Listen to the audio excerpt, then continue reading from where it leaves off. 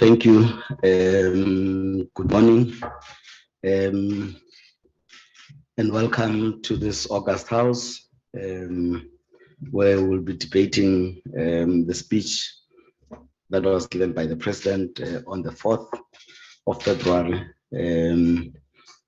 We'll take this opportunity and observe a moment of silence in remembering those that have lost us due to COVID-19.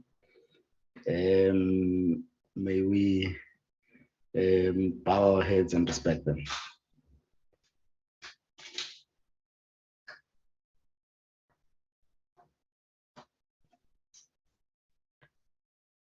May their souls rest in peace. May we take our seats.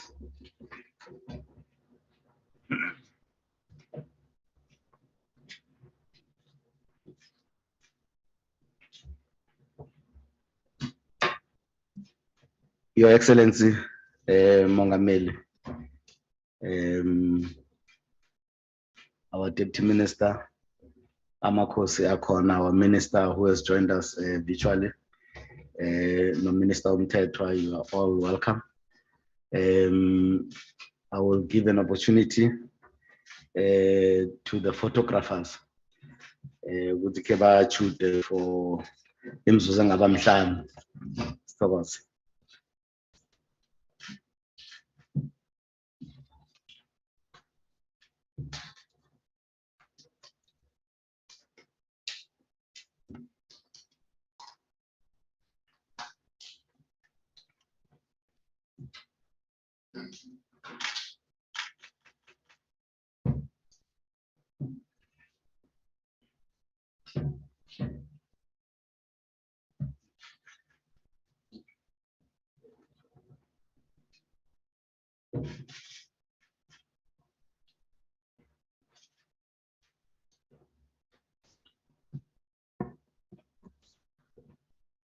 Ngiyathokoza abosondaba ngithathe leli thuba bondaba ezitha bayethe ndaba ezitha ngamukele umongameli wethu uPresident Cyril Ramaphosa, ngamukele ungqongqotshe womnyango wombuso hlanganyela nezamakhosi uDohotiri uNkosazana Dlamini Zuma, ngamukele ungqongqotshe ophethe zebhoduluko, environment, forestry and fisheries, uChris, ngamukele ungqongqotshe ophethe zamasiko nezemidlalo ubaba uNathi Mthethwa, usekela ngqongqotshe wethu okhona la ngaphakathi ubaba uObed Babela, okunguye ophethe umnyango wamakhosi,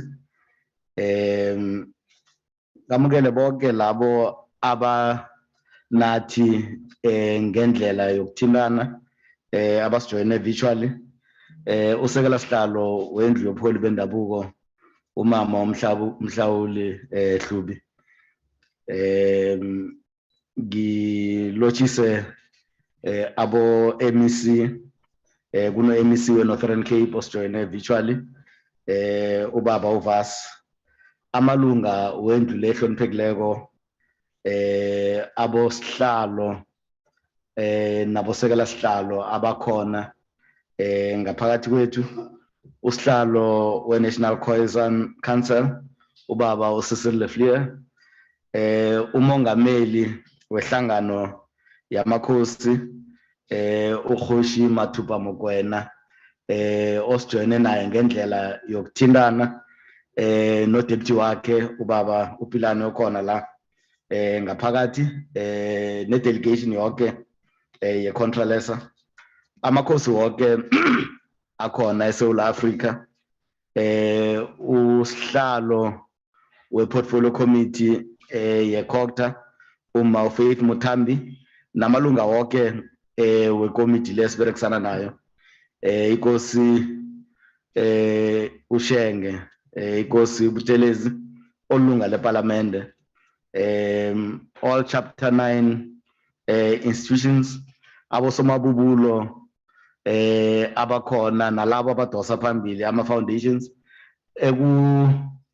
baberegisani nathi siyindlu yopholi bendabuko khulukhulu ubaba uKarabo Dube wemsiyamisi akhambisana nebe Alimdad Foundation uDG namkha umabhalani wethu omkhulu nomabhalani bonke bombuso ngamukele nawo wonke umuntu okhona namhlanje sihlangene ngokuzokuba nomkhulumiswano oyinkulumo mpikiswano nomongameli ngenkulumo ayithule ngomhla ka4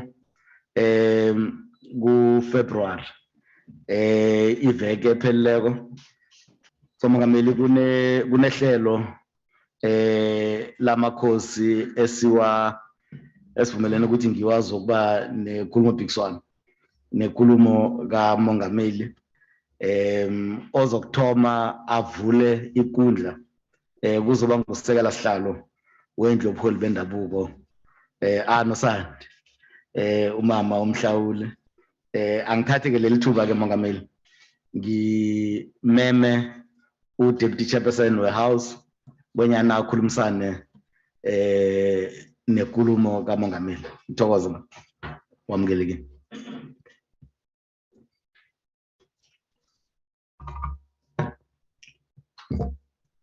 Sihlalo obekekileyo wendlu yobukhosi jikelele umongameli welizwe iikumkani zethu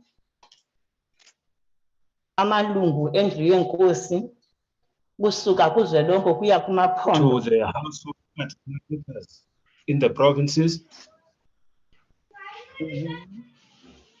the chairpersons of provinces, amalungu onke ngokwamaphondo onke, all the members in the provinces, president wawo utata uMokoena, especially Kgoshi Mokoena, Honorable Kgoshi Mokoena, and also great to his deputy. Singasoze siyilibale inkonde yethu ebukhosini uba uShenge. Dare not forget our veteran in the traditional leadership. Sisiziva sifudumele xa sikunye nawe ebukhosini njengomkhulu wabantu. Very, very warm and welcome when you are amongst us ebukhosini in this traditional. Can somebody fix what is happening because we would not hear what the deputy chair is saying.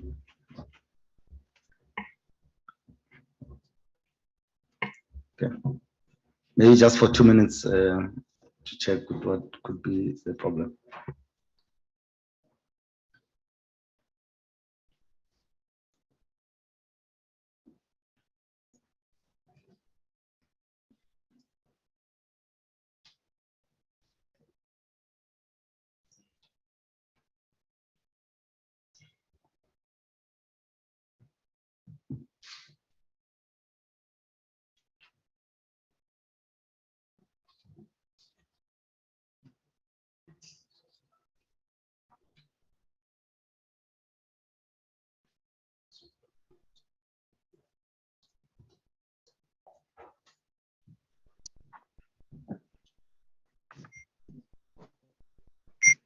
No, thank you. Apparently, Bayilungisile mama, you can take your seat. Apologies for that. Enkosi sihlalo. Uma bekwezinye indawo bekuyothiwa isabotage. Thank you very much, Honorable Chair. Some people may assume it's sabotage, but it's not so. Sizawuthetha nabo nabaphansi basivumele sithethe apha emibukweni. Ngoba asazi bakwenzeka ntoni. Kodwa ke sihlalo bese ndiqwalasele abo bafanele ukuqwalaselwa. Kodwa ndingasoze ndibashiye ngasemva abantu abasemakhaya esimele bona apha. Chairperson, really appreciate to be given this opportunity to respond to the President's address. And I really applaud you, President, as iphakathi lakomkhulu, for reporting on us on our behalf. Because your speech, you were reporting on what we have done as amakhosi. Usebenzile Mongameli. Wasireportela, bakunikile report yethu basenza ntoni. But Chair, I think we were expecting the President to say more to the professional leaders about issues affecting the country. Not only what has been done by Amakosi, linking your speech, President, with the SONA, not limiting it to the issues of traditional leadership, hoping that that will be corrected next time. As I'm starting to lead this debate, Chair, angeke ndizive ndonwabile ndisuka eNgqushwa ephethe eAeastern Cape apho kuthe kwabulawa amantombazana 12 and 15 years ngolunya beqale ngokureyitsha bevele esikolweni. Uthe xa kungcwatywa bona kwabe kubulawa omnye ona 22 years. Here, Chair, I'm asking the question ukuthi ingaba uba umdali waphazamana xa esithi ebona indoda ehleli yodwa emyezweni abona inesithukuthezi ayinike umuntu obhinqileyo.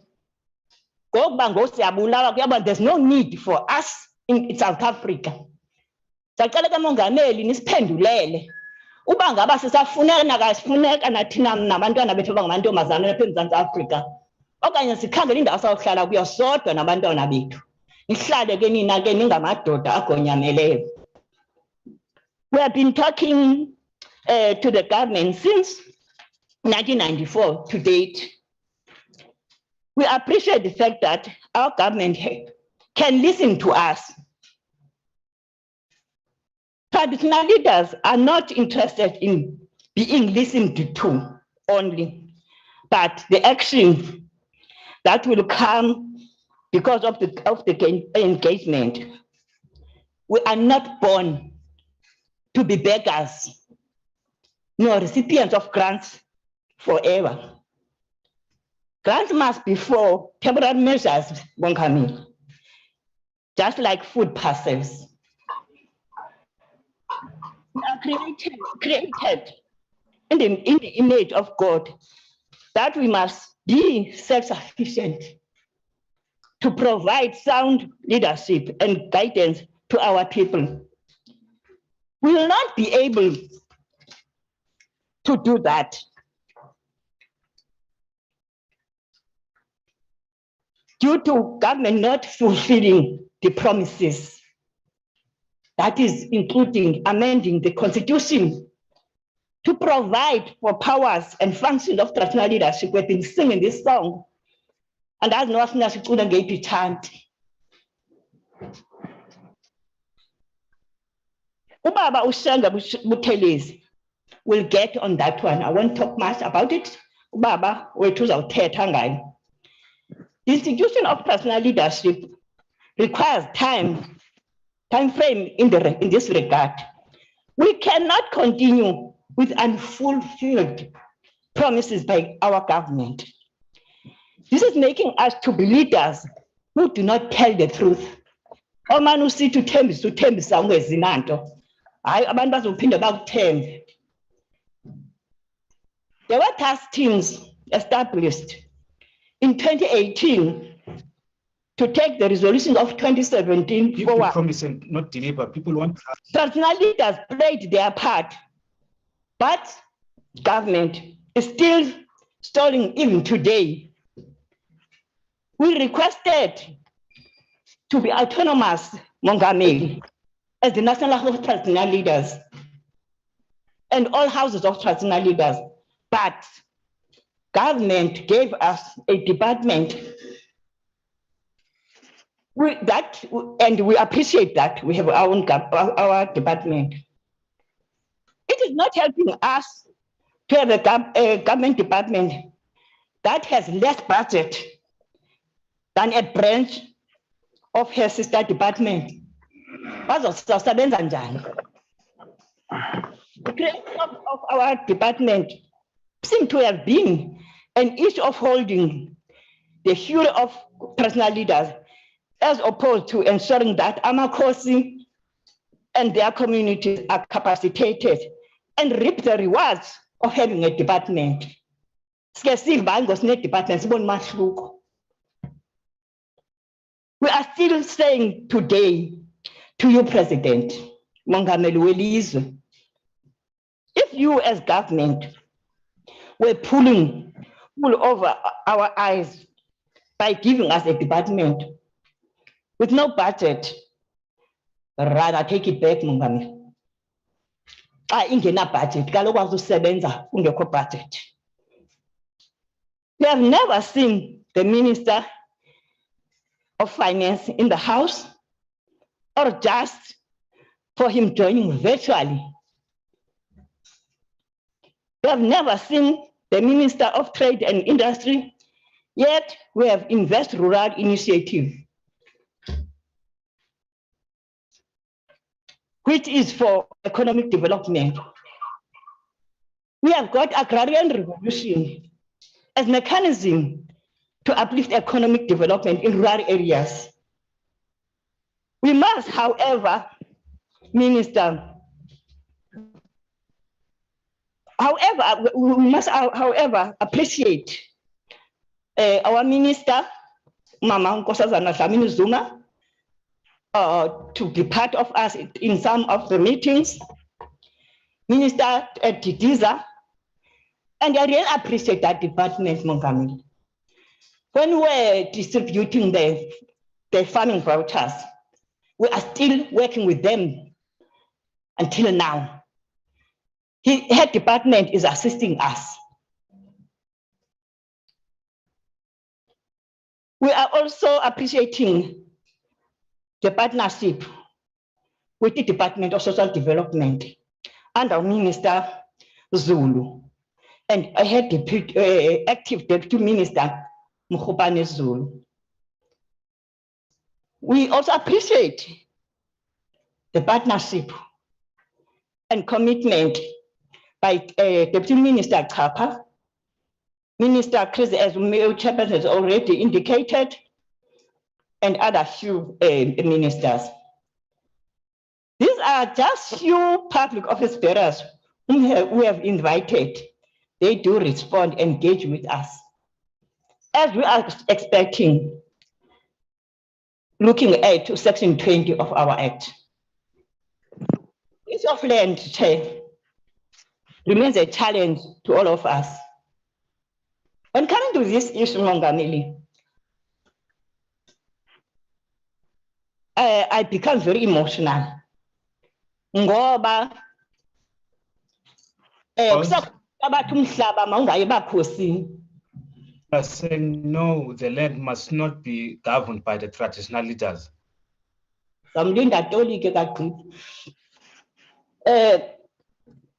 Kodwa ngoba kuthiwa mangayi emakhosini nje okanye kuthiwa you only own the upper part of the land, not the part le kanye nezimbiwa. Into esiyibonayo nikhetha ukuyinika abantu bamanyamazwe endaweni yonto banika abantu bayo indawo aba bahlala phezu kwalamhlaba. Ufika abantu bamanyamazwe bafike pha ba-own bafumana i-rights. Sawucela Mongameli, ii-contracts ezisayiniweyo zizama ukuthiwa review Mongameli sisithi sinemihlaba, sinegolide, sinento yonke sisokole ngolu hlobo. Also, President, we requested that the Provincial Summit must inform the National Summit. Now we're waiting for the date. We're just waiting for the date, Mongame, for our Land Summit. We have adopted the developmental monarch approach, whereby Invest Rural as our strategy will change the rural development status of our communities. The developmental monarch approach covers our fellow colleagues, that is concerned communities. We are looking at the resources that are available at our villages to effectively utilize them, like the small industrial parks or factories that are lying dormant there.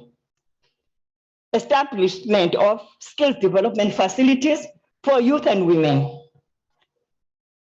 We have a responsibility to build a better future for youth. That's business skills critical. We can't continue without these skills. These skills, because skills are one of the as the core economical variable. We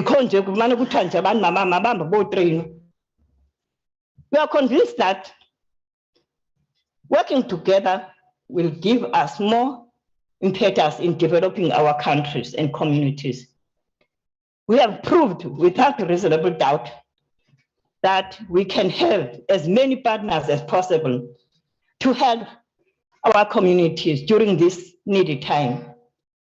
We must, however, appreciate the vaccine and hope that it will have the intended results.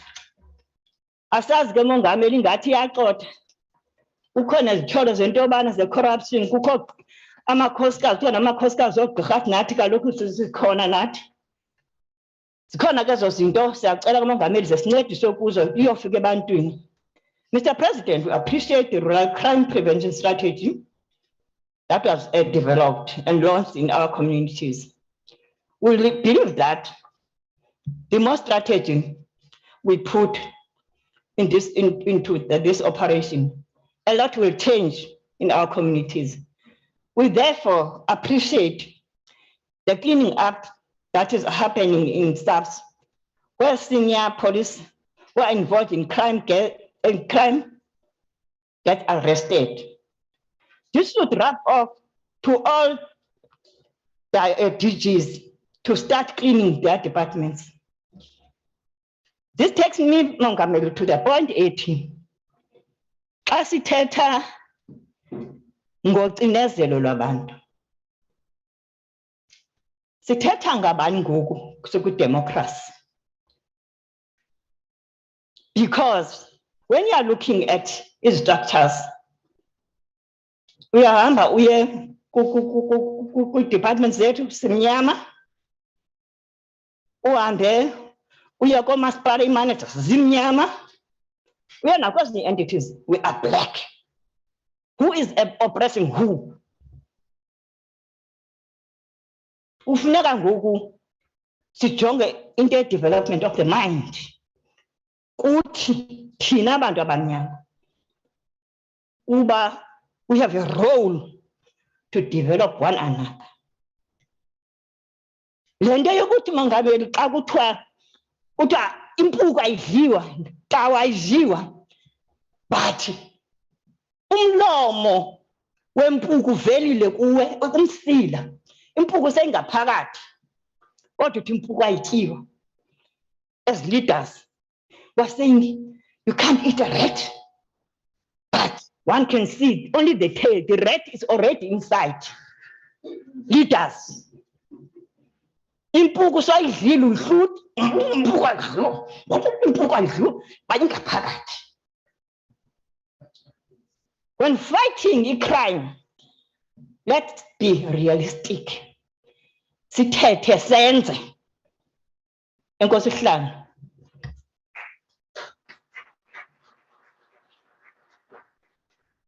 Ngiyathokoza mama sekela Sihlalo. Ngizokubawa ukubiza inkosi yemathulini, inkosi uMthuli Mabhula ngazo zonke. Ndebe zithi.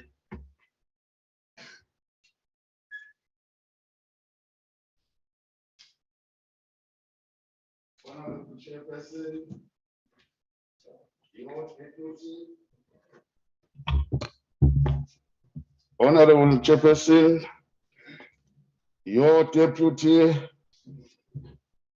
His Excellency, and the Speaker of National Parliament, ministers present, umntwana waphinda ebengizwile ngathi uzoba khona, all traditional leaders, I greet you all.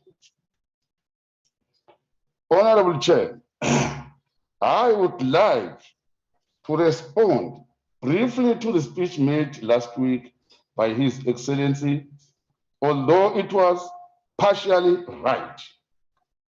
Honorable Chairperson, as a cause, we would like to thank His Excellency together with his team about his efforts to minimize the pandemic we recently suffered, as it looks as minimal yet.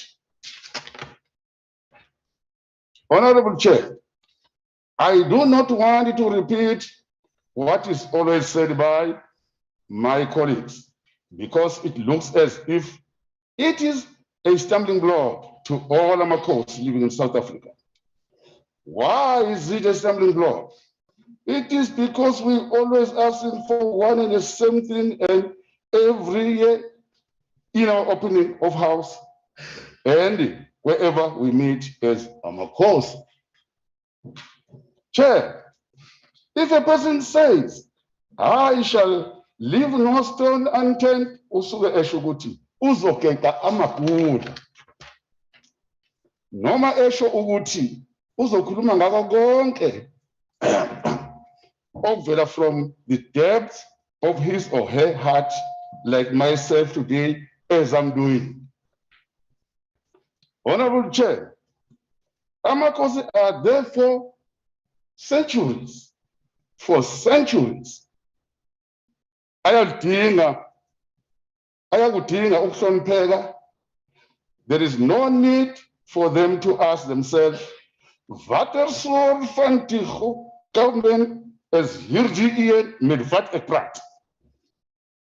My view, Marcos, is that we now have to ask ourselves whether are we part and parcel of this democratic government, yes or not? If yes, why is it Kopa Iche Kangara as if it is not our government? Ujwayelekile ukubamba amaqubu entenesha yikona ke lokhu ke esikwenzayo njengamanje. Ngoba kuke konke sikushoyo akubuyi lutho uhamba kuyosithela ngale. If says a government is a government of the people by the people, kusuke kushiwo khona phela makhosi lokho esikwenzayo that we are doing today. We are not lost, in fact. Senza okuyikona kona. Uma sizocela ukuthi sicela ukuthi i-institution yethu inakwe. Njengoba sengishilo ukuthi it was there for centuries. Besicela ke singamakhosi che ukuthi uhulumeni usabelo mali sakhe ake ayihluphe nje akabeke phambili izidingo zamakhosi kanye nje ngonyaka ozayo singakahlukani ngoba abanye bethu mhlambe bazobe bengekho aloku bafika bengaboni lutho bengezwa lutho ukuthi yini eqhubekayo ngamakhosi. Ingaze inkeke iphele ngoba siyabuka nje sithuli asisho lutho ngoba sihlonipha uhulumeni ukuthi ungowethu nathi. Samadlela ndawonye naye. Nathi makhosi sike simdumise kanye nje uhulumeni empilweni zethu sithi halala ngento ayenzile. That can be appreciated. uthule nje nakuma-TC kuthenya asiboni ukuthi kuqhubekani, awakhetheki, asazi ukuthi kumini ey'nhlakeni zamakhosini. Kuyingakho-ke sikhuluma ngokukhalaza okungaka ngoba siyakudinga ukunakwa nathi njengamakhosi. Sihlalo akufuneki kube nesektha kahulumeni ezibona ibukeleka phansi, izibone engathi i-handcuffed to the tree like traditional leadership.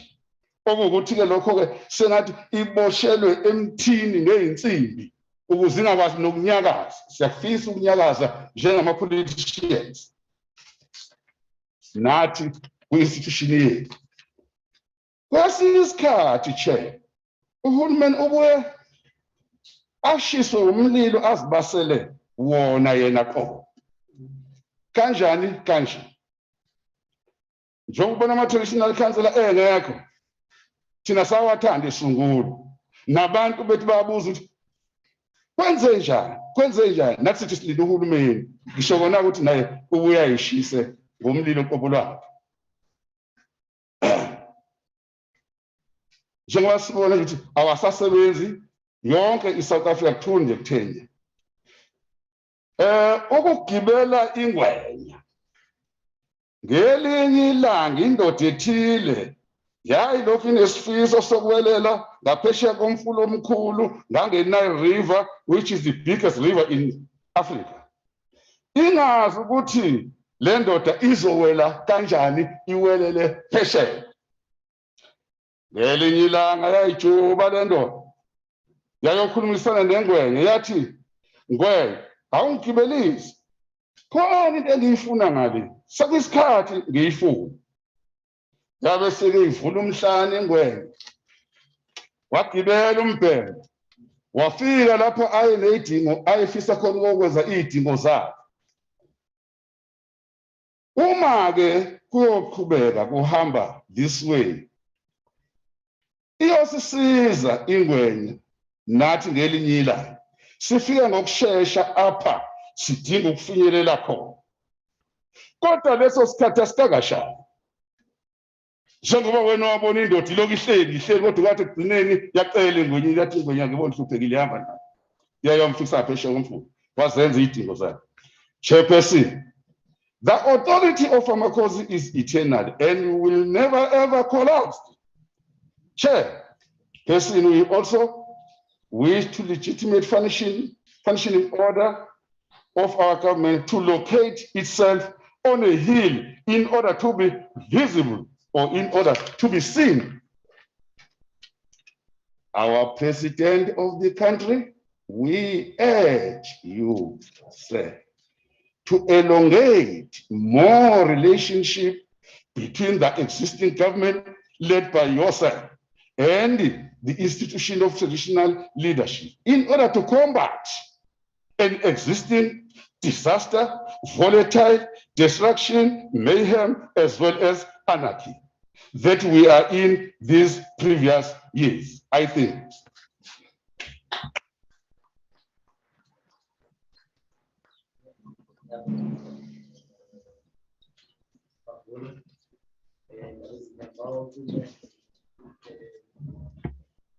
Ngithokoze ndabezitha.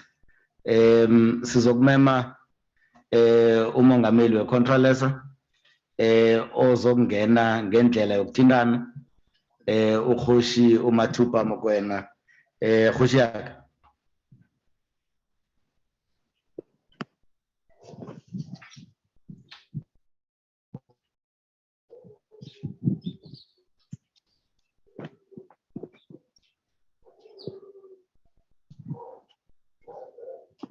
Khoshi Mathupha Mokoena.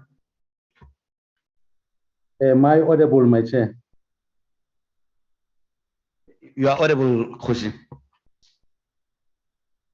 Thank you very much, Honorable Chairperson Hoshiaka Mbushangala Rato and your deputy. My beloved Greetings to our one and only president of the country, my leader, and greetings to members of the National House, EXCO, and all participants. A special greeting to my deputy president, Hoshi Bilani. Mr. President, thank you very much for always availing yourself whenever we request you to come and talk to us. And this will not be taken for granted. We really appreciate it, Wanamurenaka. Now, let me start off my chairperson by echoing our disquiet and our concern about what happened yesterday in Gauteng, where students were shot at and one innocent person lost his life. Mr. President, I think the country wants to hear what is it that this government is going to do to address this. If our police did not go to the workshop or training on how to manage a crowd, it's high time now, my leader, that something be done about this. We cannot allow our students who were shot at simply because they want to go to school. That was their crime. Hence, they were chased after as if they were criminals. As the royalty, Mr. President, we are not happy about that. And I know because we learned that you had a meeting yesterday with your cabinet, I suspect something will be said about this. I hope our kids will be able to go to school. Mr. President, you presented yourself to us a week ago, and you gave us the thinking of government in terms of how we are going to interact with the institution. I must say, Mr. President, we had high expectation from you, our leader, that after listening to all members of the National House and all the participants, raising issues that needed some responses. Unfortunately, Mr. President, they were disappointed that there were no responses to what we said. But let me say, Mr. President, in 2009, the predecessor, in addressing the royal leadership in this very chamber in the National House, as it was said by Inkosi Mhlawuli, 2009, when the president addressed us, he said, traditional leaders, be happy because I am going to establish a dedicated department that will address your issues. We ululated, Mr. President. We clapped hands. We even gave him a standing ovation. We suspect, Mr. President, that clip is there for everyone to see. We're expecting, Mr. President, that emanating from that speech, we're going to see some changes. Because one of the things that the government said, or the president said, is that the royal leadership and the National House will never be the same.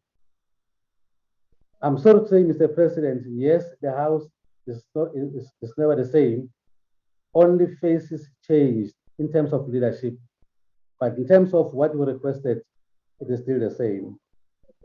I don't know, Mr. President, what kind of legacy you want to see in the National House and even the royal leadership after 10 years from now. I would love to hear Mr. President addressing us on that one as to what you want to see us in 10 years' time. Mr. President, we had many summits, we had many endeavors, we had many workshops, we had many engagements. We met ministers, Mr. President. We also met you personally and your Deputy President, Honorable Didi Mabuza. You remember, Mr. President, that tangible issues from the National House and from Contralesa were presented to all the task team that you can think of, Mr. President. And in those task teams, we raised issues and even recommendations were made. I remember the task team between Contralesa and the top 6 officials of the ANC, where even it was scaled down to a subcommittee, that its task was to implement some of those recommendations. I'm disappointed, Mr. President, to say nothing happened. There was a task team by the National House where our chairperson, Inkosi Mhlawuli, tasked some traditional leadership from the House to lead in that process. They met ministers and even officials, senior officials for that matter, Mr. President. And in those meetings to the President, recommendations were made. A task team, a sub-task team was also established. Its aim was to implement those recommendations. Nothing was done, Mr. President.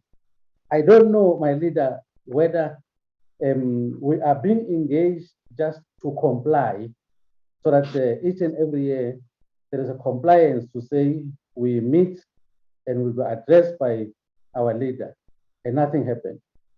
On this one, Mr. President, I don't want to blame you, my leader, but I think there are people who want to make you fail. They want to make you fail deliberately. I suspect there are officials who are paid to implement some of the things that are said by our government. Your task, Mr. President, is to deal with the policy. You are not an implementer in this one. You are dealing with the policy. There are people, after you have given a policy, who are supposed to come back and implement what you just said. Unfortunately, it is not to be. Now, our disappointment, Mr. President, is that I wonder whether officials who are in this department are there for what? As Ngosumhlauli said, some of us are even saying we don't have a department because the only part that is being taken care of or is being looked after is the part of COG, the COG of cooperation government. When it comes to the TAR, nothing is done. Mr. President, we're demanding that let's focus now on the TAR because the COG is being taken care of. They've been given budget and all these things. But on the TAR, nothing is happening.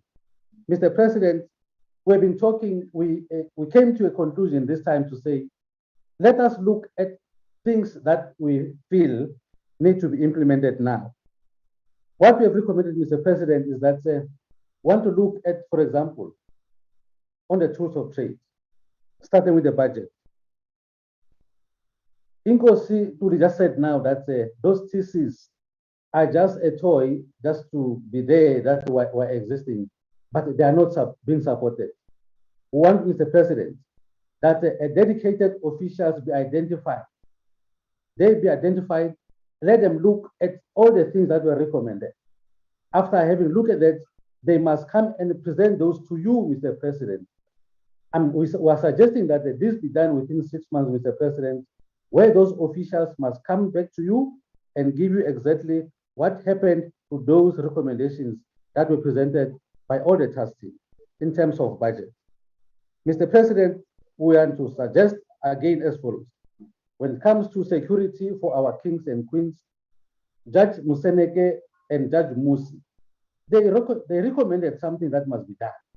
And we know that this is doable.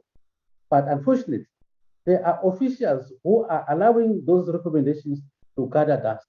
They're doing nothing about it. We're now saying, Mr. President, demand from those relevant officials to submit to you those recommendations. We're suggesting, Mr. President, that this be done within 3 months so that you know exactly what was recommended. As I said, you are dealing with the policy. There are implementers down there. They're not playing the ball. Mr. President, coming from that, we've been singing this song, Mr. President, that the National House, our only pride as the institution, they are there with the executive and members of the National House. Why are they not full-time, Mr. President? They are working as an ad hoc, as if it's an ad hoc committee. We are now, Mr. President, demanding that our National House, the executive and members of the National House, let them be full-time, Mr. President. It is doable, but if there's no political will, yes, people, Mr. President, a reason why it cannot be done. But we are saying, Mr. President, please, can someone do what they are expected to do and implement this? We are also suggesting that, Mr. President, because this has been long being on the table, let them give you a report as to why is that not being implemented. We are suggesting, Mr. President, because the information is there, that this can also be done in the coming 3 months, Mr. President. On the issue of the National House having its own chamber, Mr. President, I am sorry to say, as the institution, we feel insulted. We we deployed our royalty to go and serve our interests in the National House. But they are becoming squatters every day. Squatters to an extent where some of them are even saying, when the chairperson wants to have some meetings, for example, in Cape Town, he had to beg and ask for a space. When people are not free doing anything, it's only then he will get a space. We are saying, Mr. President, to show respect to this institution, why can't we have our own chamber? The chairperson wants to work and task his members to work. But where is he going to work? Because he does not have his own chamber. We are saying, Mr. President, this is also doable.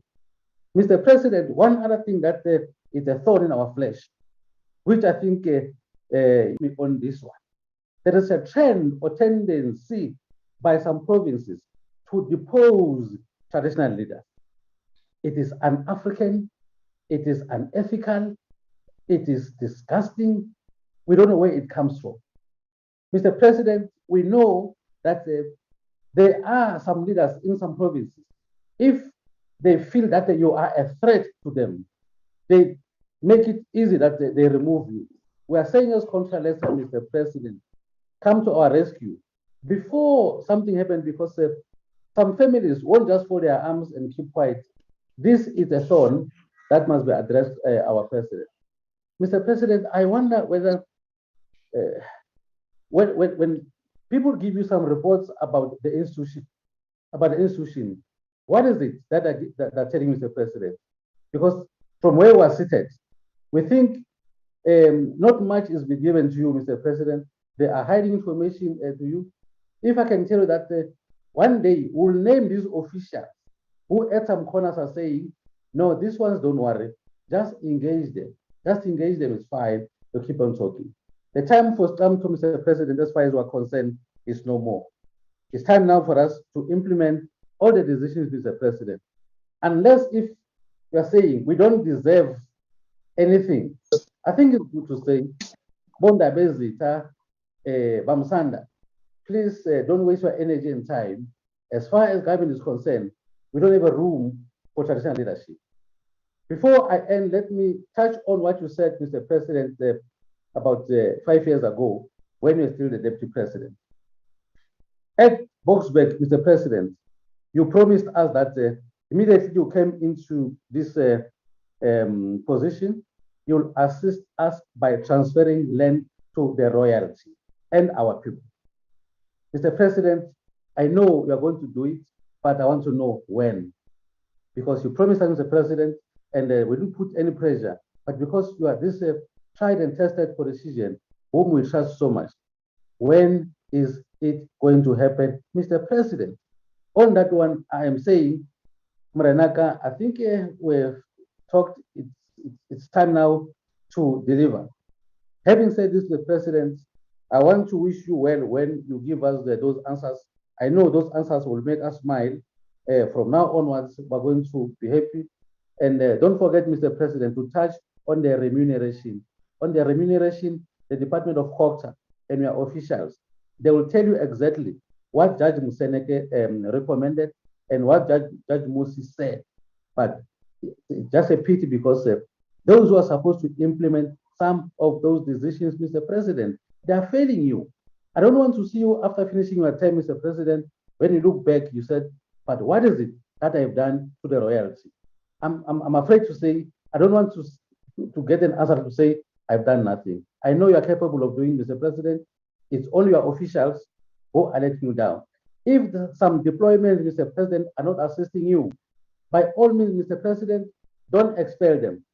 Shift them to other places and bring people who have passion about Ubukosi, about the traditional leadership, who are going to make a difference to us. Because we can't keep on talking, Mr. President. This time is over, Mr. President. Sithokoze Gosumkwena, President ye-Contralesa. We'll now move on to Mntwana Kapindangene Ushenge. He will be speaking on powers and functions of traditional leaders. Sheng. Your Excellency, the President of the Republic of South Africa, Mr. Ramaphosa, Chairperson of the National House of Traditional Leaders, Nkosi Mahlangu Mzuzu. Deputy Chairperson, Nkosikazi Andy Mhlawuli. Your Majesties, our kings and queens, Honorable Speaker of this National Assembly, and Honorable Chairperson of the National House of Provinces, Honorable Minister of Cooperative Governance and Traditional Affairs, the Honorable Dr. Dlamini Zuma, Honorable Ministers, Honorable Deputy Ministers, Chairperson of the Provincial Houses of Traditional Leaders, Chairperson of the House of Chiefs in Botswana, Kgosi Puso Gaborone, Members of Parliament, representatives of Chapter 9 institutions, and all traditional leaders who are present. I realize, Zuza, that I'm not a member of this House, yet I speak today as someone who has dedicated almost 70 years to serving and protecting the institution of traditional leadership. When I took up my position as head of the Buthelezi clan, Inkosi Albert Mvumbi Luthuli, the President General of our movement, encouraged me to serve with selfless dedication. And I knew it would not be easy. Mr. Jordan Kush Ngubane, who, with Anton Lembete and other patriots, founded the African National Congress Youth League, warned me quite prophetically, saying, and I quote him, he said that I know you are going to make enemies, you will be misunderstood, and you might even find yourself disgraced. That is the lot of those who build the new Africa. I must say, Honorable Chairperson, I thank all Amakosi from our Deputy Chairperson for all the truths that they've put and laid before our head of state. Accepting this, I've placed everything on the line for the sake of protecting the institution of the monarchy and the institution of traditional leadership. Indeed, I was prepared to sacrifice my political career to ensure that traditional leaders would take their rightful place in the governance of our democracy. In doing so, I'm afraid I did make enemies. I've spoken loudly and often, reminding the ruling party of the commitment made by Cabinet 21 years ago to amend Chapter 7 and 12 of the Constitution to protect traditional leadership. The matter was even discussed in your presence, Your Excellency, when the former president, Mr. Zuma, said that was merely a recommendation, it was not a decision. And I said, I regretted that our country was ruled through deception. And I would regret very much, Your Excellency, if you also rule through deception. Likewise, I've spoken loudly and often on the need to enshrine the role, powers, and functions of traditional leadership in the legislation, as our Deputy Chairperson of this House has said this morning. Only the Honorable Dr. Zweli Mkhize, when he had a short stint as Minister of COGTA, when he tried to do something about this. Even when I write letters, accept your office and yourself, sir, my letters are not even acknowledged by your ministers. So when I rise to speak in meetings like this, you already know what I'm going to say.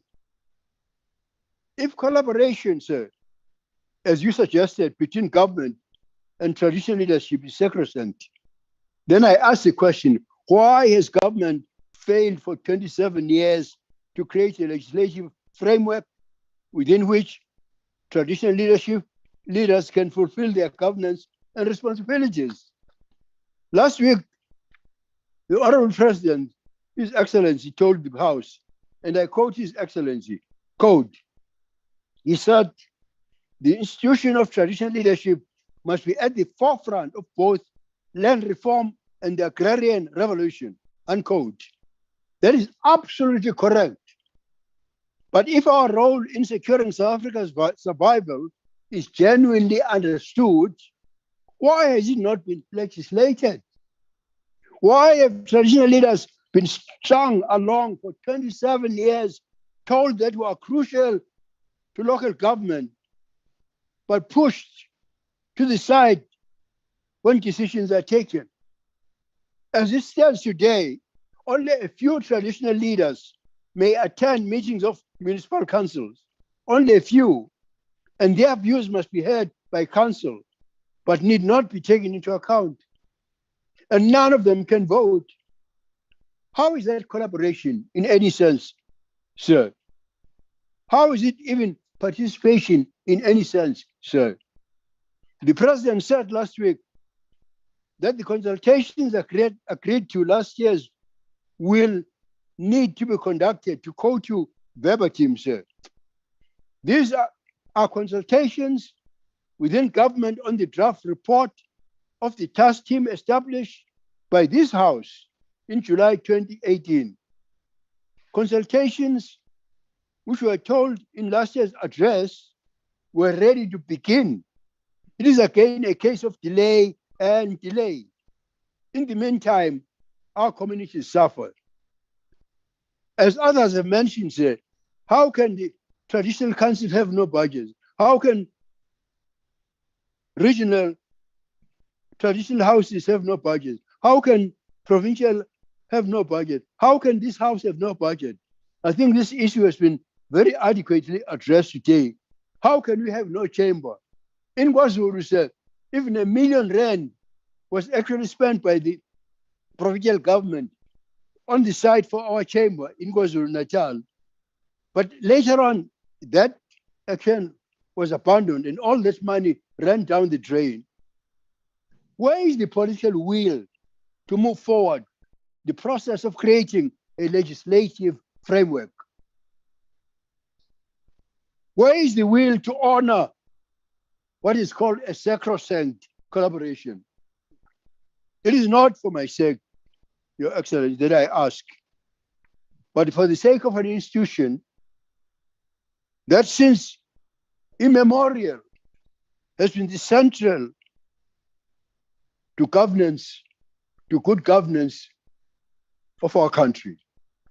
I thank you, Your Excellency. I thank you, our chairperson, Zeus.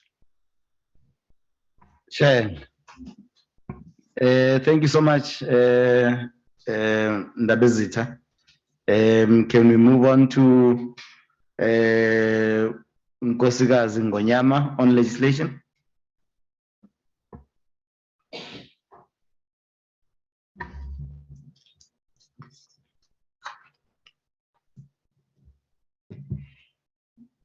Your Majesties and Royal Highnesses, His Excellency the President CM Ramaphosa, the Chairperson of the National House of Royal Leaders, Nkosi Mahlangu, the Deputy Chairperson of the National House of Royal Leaders, Mamno Sandi Mhlauli, the Chairpersons and Deputy Chairpersons of Provincial Houses, the members of the National House, the President of Contralesa, Kgosi Mokoena, and Deputy President Kgosi Pilane, the leadership of Khoisan Council, Minister for Kokta, Dr. Nkosazana Zuma, and Deputy Minister for Kokta, Mr. Bapela, ministers and deputy ministers, esteemed guests watching and listening all over, ladies and gentlemen, I greet you all in the name of my Lord and Savior, Jesus Christ. The cover of the Constitution of South Africa, which is the supreme law of the country, has got a tree. Underneath the tree, that tree, there are pictures of people seated, portraying either Imbizo or Nkundla, that is traditional court sitting. One then wonders as to what was in the mind of the person who designed the cover page when he or she decided on the cover page with that tree. I come to but one conclusion, that it means the justice system under those trees, alternatively, next to the crawls, was held in high esteem by the society. They believed in it, it was not biased, and has endorsed our identity, culture, and custom. It never contained elements of being oppressive, but was rather a system of restorative justice. So as our current constitution, which is held in high esteem by other countries in the world. Many pieces of legislation that are crafted, including those relevant to our sector, it has been made clear that they should be consistent with the Constitution. On that note, we are grateful as Royal Leadership Sector that the Traditional and Khoisan Leadership Act will come into effect on 1st April 2021. Because it's a Fool's Day, we hope that this is for real, since waiting has been too long. The Act will address many aspects that have been outstanding. However, it is worth mentioning that there are clauses, even before it kicks in, that would like to sensitize the Parliament that they should be amended. Starting with the name itself, it should be called Royal and Khoisan Leadership Act. I have Googled the meaning of the word traditional. In my own understanding, it does not relate to what we stand for as the royal leaders. I then understood why there is a narrative by the lost generation calling for the sector not to be recognized anymore. There are other clauses that seek to divide the royal leadership sector. As part of the solution to the foreseeable challenge, those sections will have to be amended. Besides the proposed amendments, what is the state of readiness in implementing the Act? That's a question. It has been clearly stated that a commission should be established to investigate the authentic leaders of the Khoi and the Sens, amongst other clauses, their history and their law of succession, and make recommendations. I would like to caution our minister who will be making the appointment not to repeat the mistake made when appointing Tlapo Commission. That has left royal leadership in ruins. It was not balanced. Mandenza umzekelo. We talk of quantitative and qualitative research. When you do a qualitative research, it means you go to the people and you investigate, you interview them. Ngabantu abakuncedayo ke abo to achieve your dream, whether you want to obtain the PhD or whatever. So why I'm saying this is because if I can adopt this approach when appointing people, the mistakes that have been made wouldn't have led us to where we are today. Ithi ke lonto, dibanisa ingqondo yesikolo, okanye umuntu onengqondo yesikolo, nomuntu onengqondo yendalo, okanye yemveli. Then we'll come up with a team that is balanced. The department spends more than 8 million on legal fees.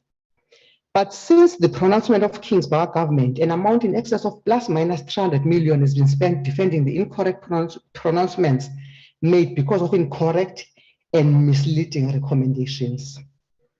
Let the mistake of Tlapo Commission not be repeated Tlapo Commission of the Khois and the Sens. We are really thankful for the enactment of the Act.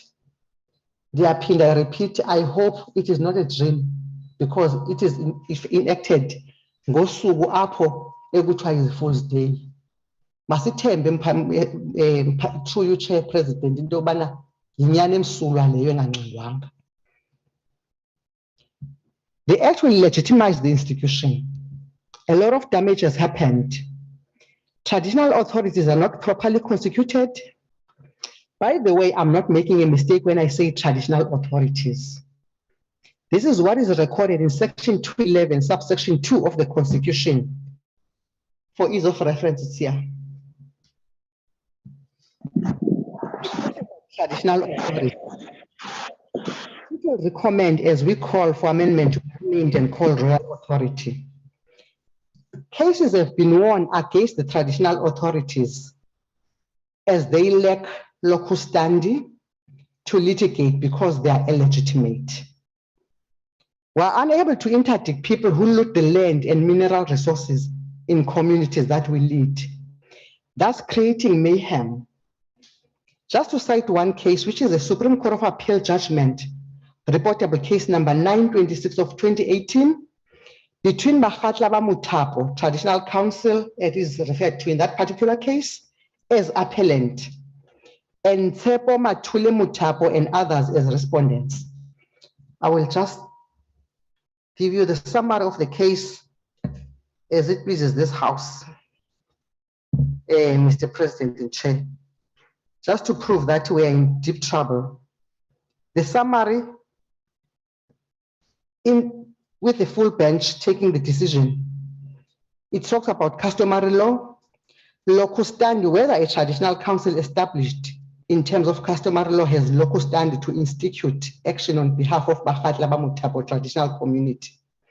Whether the submission of insufficient number of men or women appointed as councillors to the Premier's office justify the court ordering that the applicant has no locus standi. I'm not going to dwell much on the case. I wanted just to give the summary. But the bone of contention is that the traditional council lost the case because it is not properly constituted. Therefore, because it's a Supreme Court of Law judgment, it therefore tells one that all the traditional councils in the entire South Africa are illegitimate. You ask yourself as to whether we are rightful to be part of this House now, because Nathi siphuma from the traditional councils. So nizawuphendula President. We have to take note that a Supreme Authority is the budget adequate enough to implement this act? We know for a fact that budget traditional affairs is even too little than a directorate.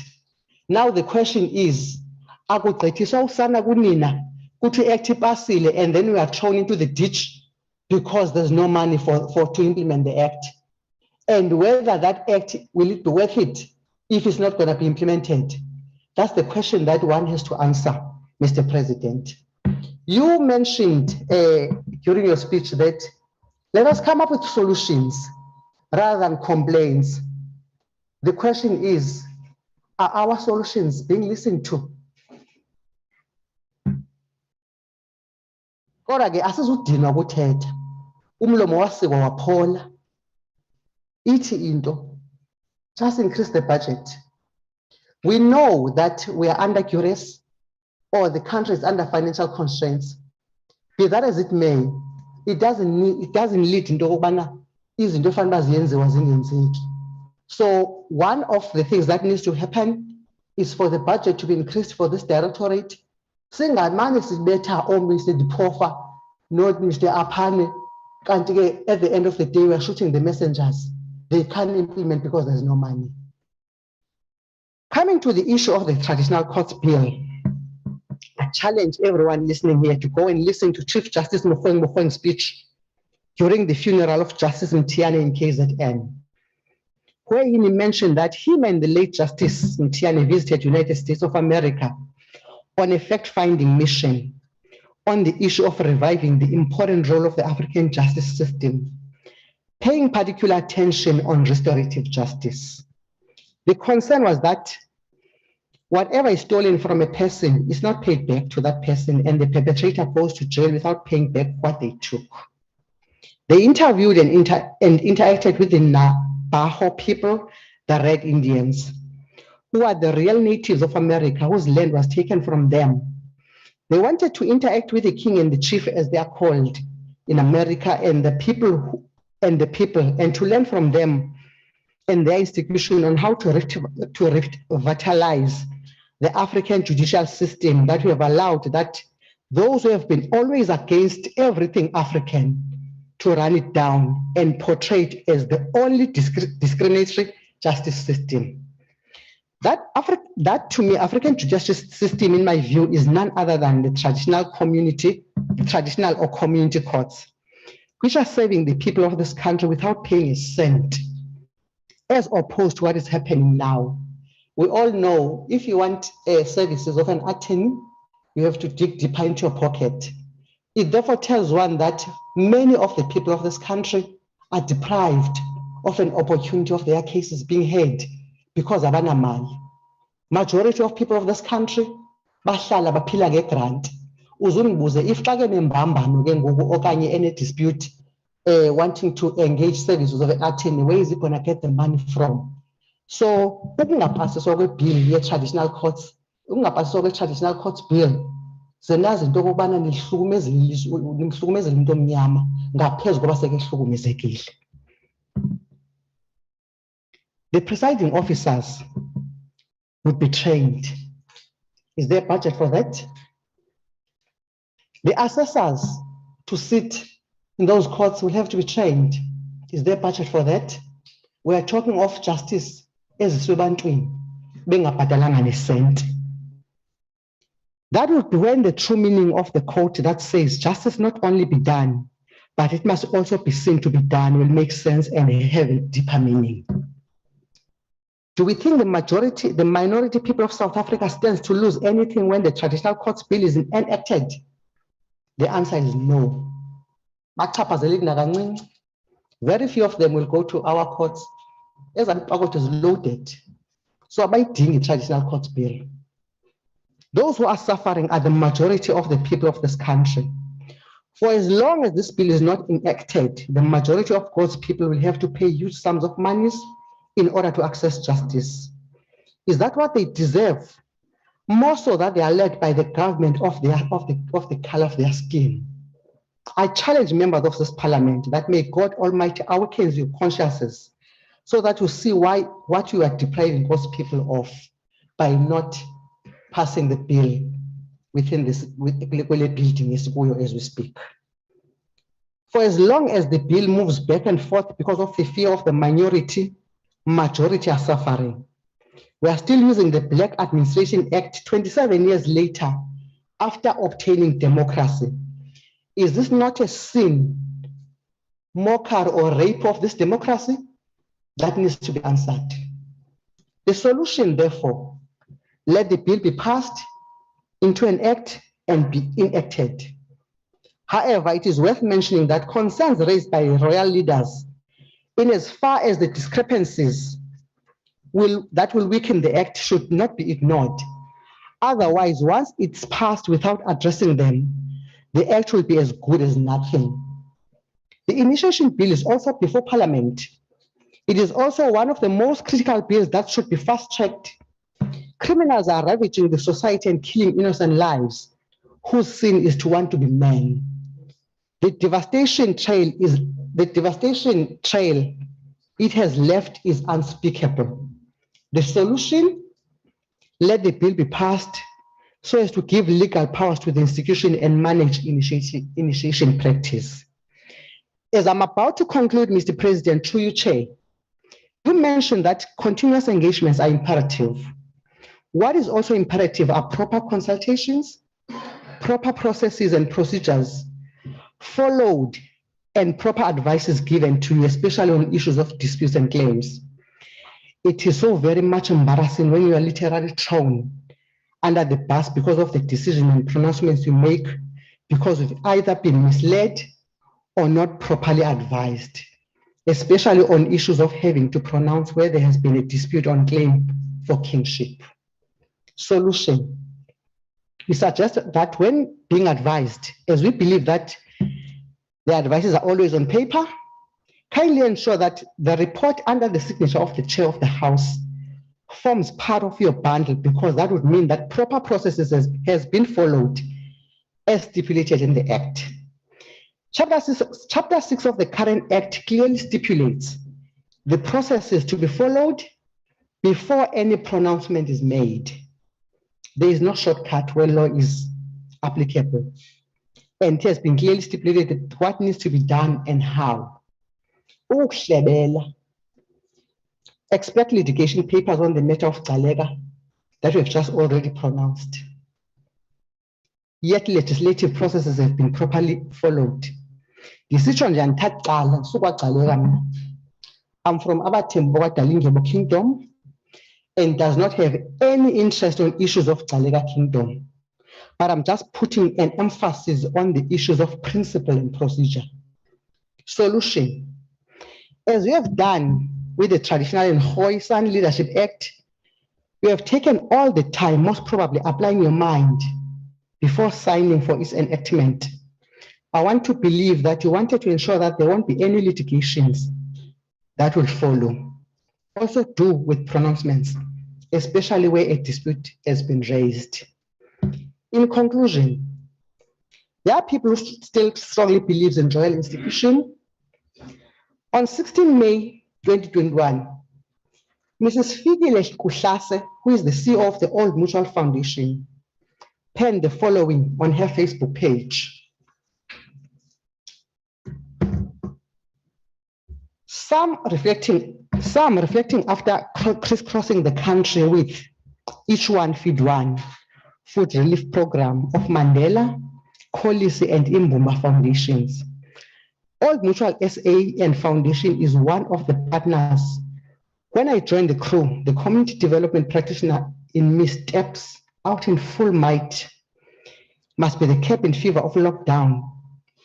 I am to pen my journey on the hills and valleys, sunsets and sunrises, deprivation of proper food along the way as restaurants under lockdown too. New and old bodies, laughs and tears here and there. Realization of the extent of poverty, inequality and desperation of our people, all in the name of humanitarian relief and solidarity as COVID-19 reveals a new norm for all of us. Standing out significantly for me is traditional leadership. We often overlook in inclusive community development, who have been my superstars. I saluted traditional councils, the chiefs, headmen, women, horses, hosanas, inkosi, inkosikati, etc. I have renewed respect for the work you do in the rural villages and communities. After these activations, I always ask myself, what more can I possibly do or enable? All hands on deck too are greater meaning.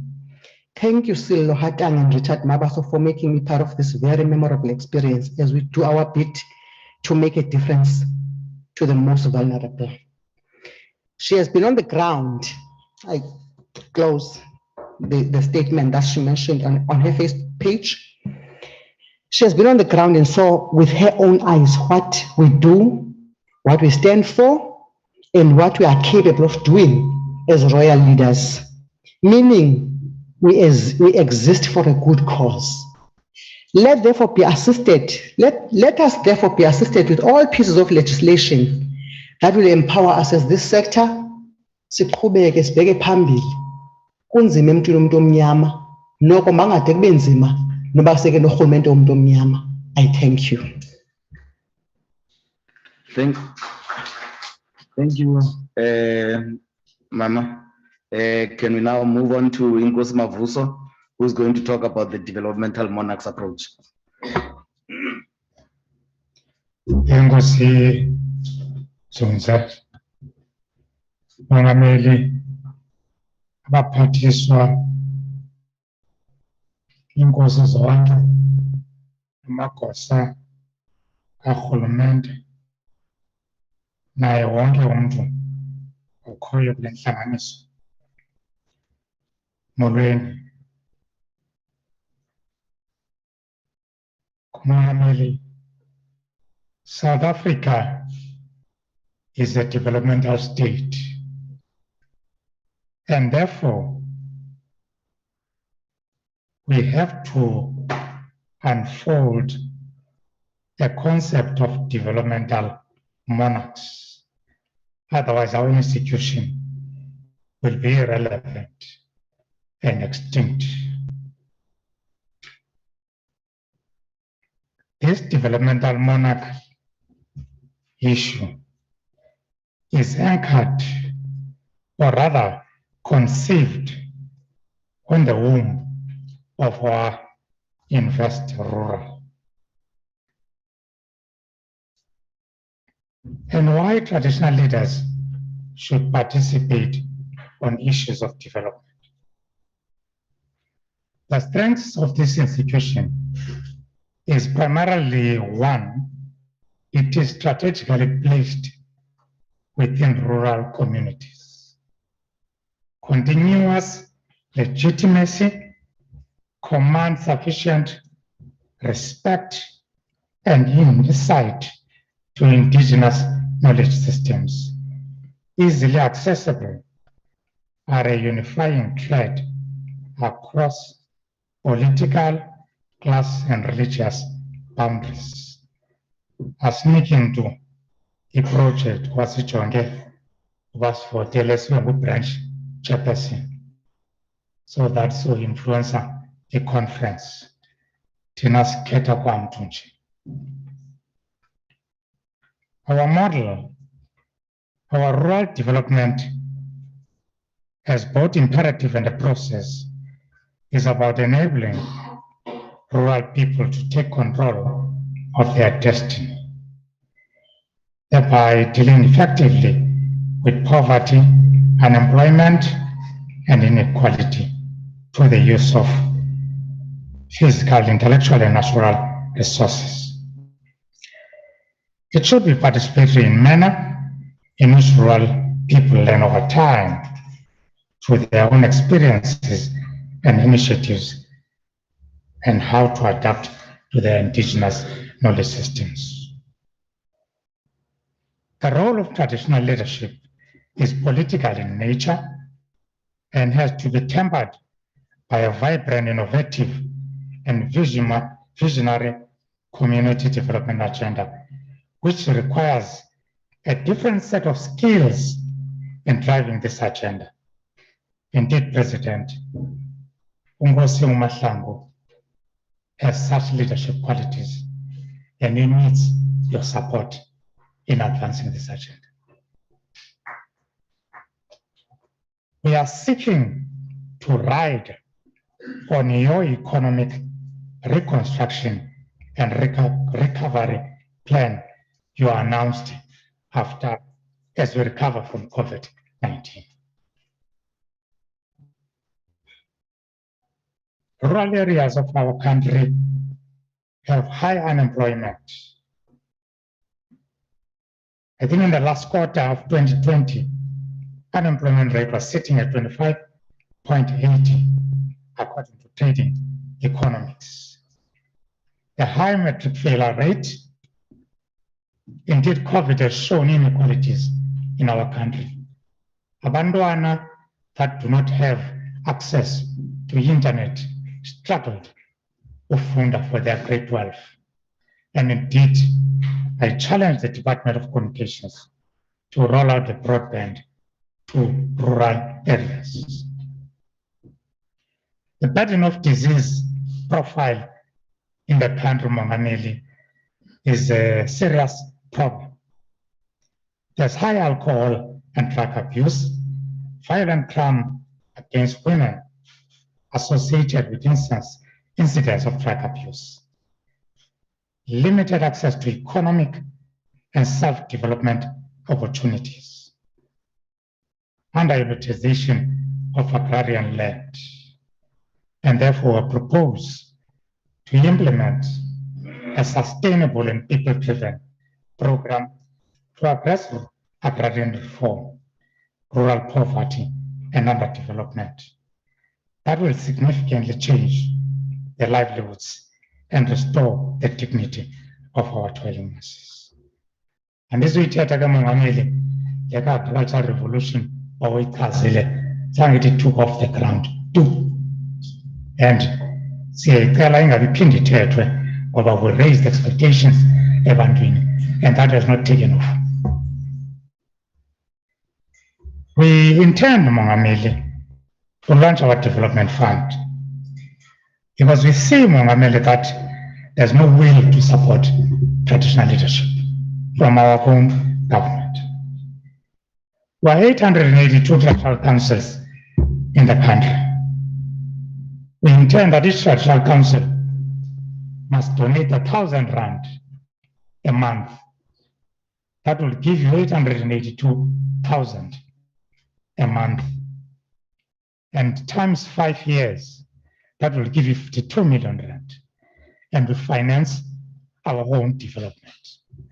So when we invite partners like IDC, DBSA, APSA, and so on, bafike kukhona umlomiso. I trust Mongameli uzawukhweleta awubona loo nto uqonde mawufake isandla nawe ngendlela ozawubona ngayo to this noble idea by young traditional leaders. I will leave it to Nkosi Mahlangu to unpack it for you. We intend to launch it in October. Already, Mongameli, we have a dream, and some of these projects are already taking place and are driven by traditional leaders. There's a traditional leader in a small town in the Eastern Cape, Simo Balfo, who's a citrus farmer. And we intend to syndicate as 11 traditional leaders of that municipality, Raymond Mhlaba, to produce citrus. We intend to use communal land. We don't want private farms, because if you're not connected, you're not going to get a farm in government. We intend to use communal land. We intend to put lemon and grapefruit. Abantu abamnyama Mongameli abayibi lemon bathi muncu la orange. So therefore, we create a market for it in the Middle East. We're looking at expanding what Withhold is doing in Tandani. UDM says so about Deputy Minister Papele. But we want to expand those hectares to other areas and we produce as much maize as possible. I'm from a town called Alice, next to Investor Forte. They are milking about 983 cattle in the morning and in the evening. Each cow, it needs 2 kg of maize. And sadly, that maize is imported from Free State to the province. And yet we've got land that is there. And there is 3 perennial rivers that run 365 days of the year. And all that water is going to the sea. And we can, as traditional leaders, do that. We intend, Mongameli, according to our plan as the National House, that we explore the market on goat, because we've got good lands, especially in the Northwest, so that we export goat to the Middle East. South Africa, I think, is at about the number 3 in the world in exporting macadamia nuts. That position was achieved because of Nkosi Dumalisile and Nkosi Jongilanga that are in the Eastern Cape that are producing macadamia nuts. We're looking at traditional leaders that are on the belt of the coast to produce macadamia nuts in a big scale. And moreover, there's a Nkosi in Whittlesea that I know of. They are producing a wine, Mohammed. If you see a wine called Inkosi, I think it's always on Woolworths. That wine, they are planting grapes in Whittlesea. For them to produce wine, they take those grapes from Whittlesea to the Western Cape to make wine. We've been applying Mongameli to create a winery for those people in the Eastern Cape, because how can they take their grapes for 800 kilometers to produce? And that cost that business about 150,000 just for transportation. And it can't be. And another sad thing is this ocean's economy. We're not part of that ocean's economy as traditional leaders. And we demand a space in that at that level. Because we are, for instance, Okosindiv is from Eklog. Eklog is a coastal town. And these people around that belt, they do not benefit, Mohammed. All that fish is taken and is processed in Cape Town or Durban or Richards Bay. All those people in that belt, they don't benefit. Perhaps with the relocation of Transnet to Nelson Mandela, there will be a change. And also the issues of bioprospecting agreements that some traditional leaders are having with pharmaceutical companies. We intend, Mohammed, to implement these programs on developmental monarchs so that Ubukosi can become relevant in this political landscape. Ndikhawulezile Nzunza.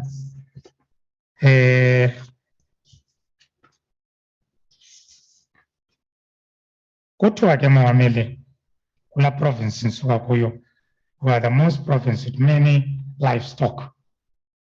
But sadly, inyama yethu is taken away from the Eastern Cape and is processed somewhere.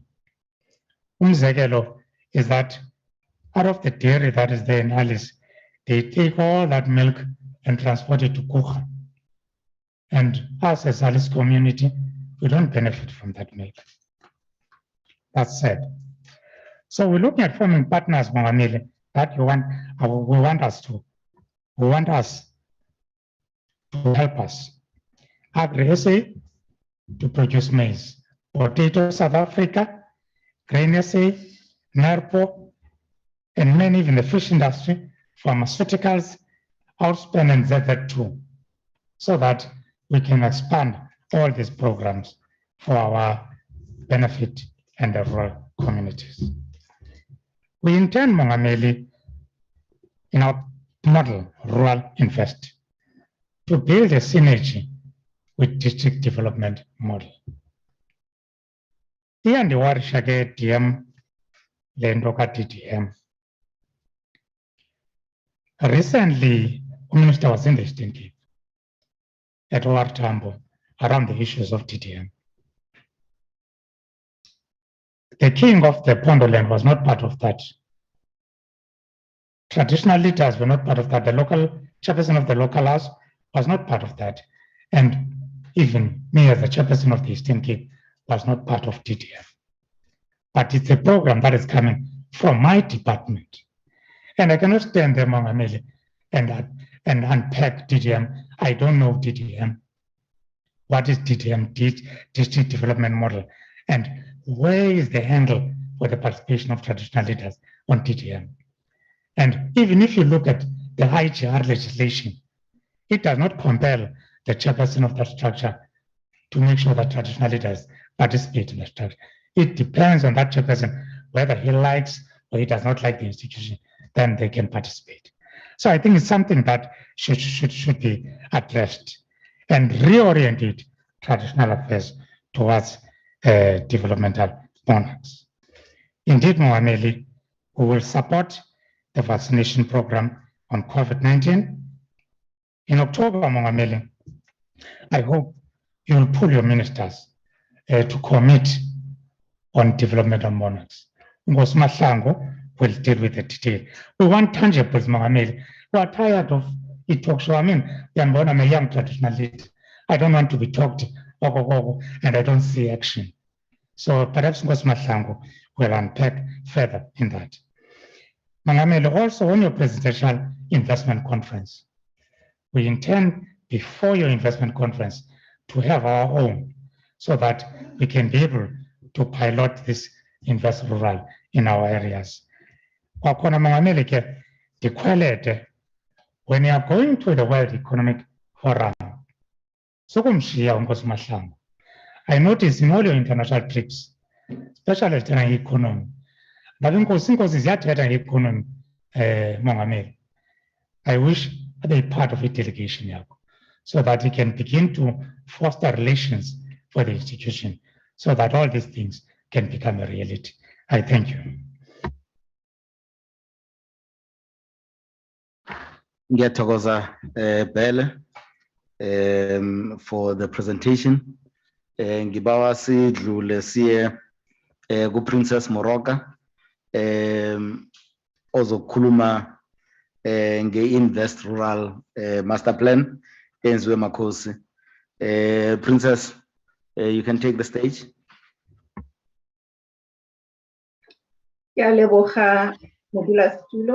Thank you, Chairperson. The Chair of the National House of Traditional Leaders, His Excellency President Cyril Ramaphosa, Your Majesties, according to protocol, Chair, for the sake of time, all protocol observed. COVID-19 has worsened South Africa's capacity to grow the economy that was already in recession. Research has found that the pandemic is exacerbating existing inequalities with women, lower income earners, the less educated, and the poor experiencing the most significant job losses.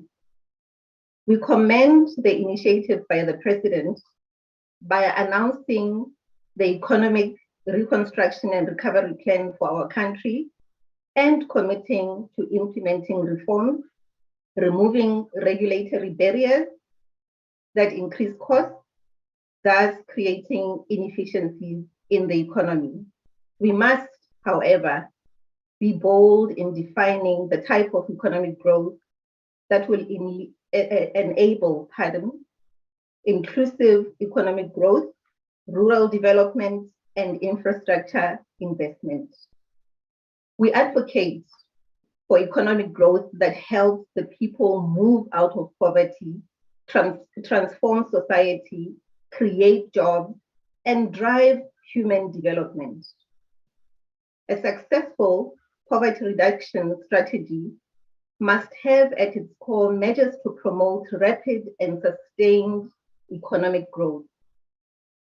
The government's challenge is to combine growth-promoting plans with plans that allow the poor to participate fully in the opportunities unleashed and contribute to the growing economy. Chair, Invest Rural is an initiative that aims to deliver sustainable and economic development in rural areas by involving royal leaders and communities in the co-creation of innovative solutions that create opportunities for all concerned.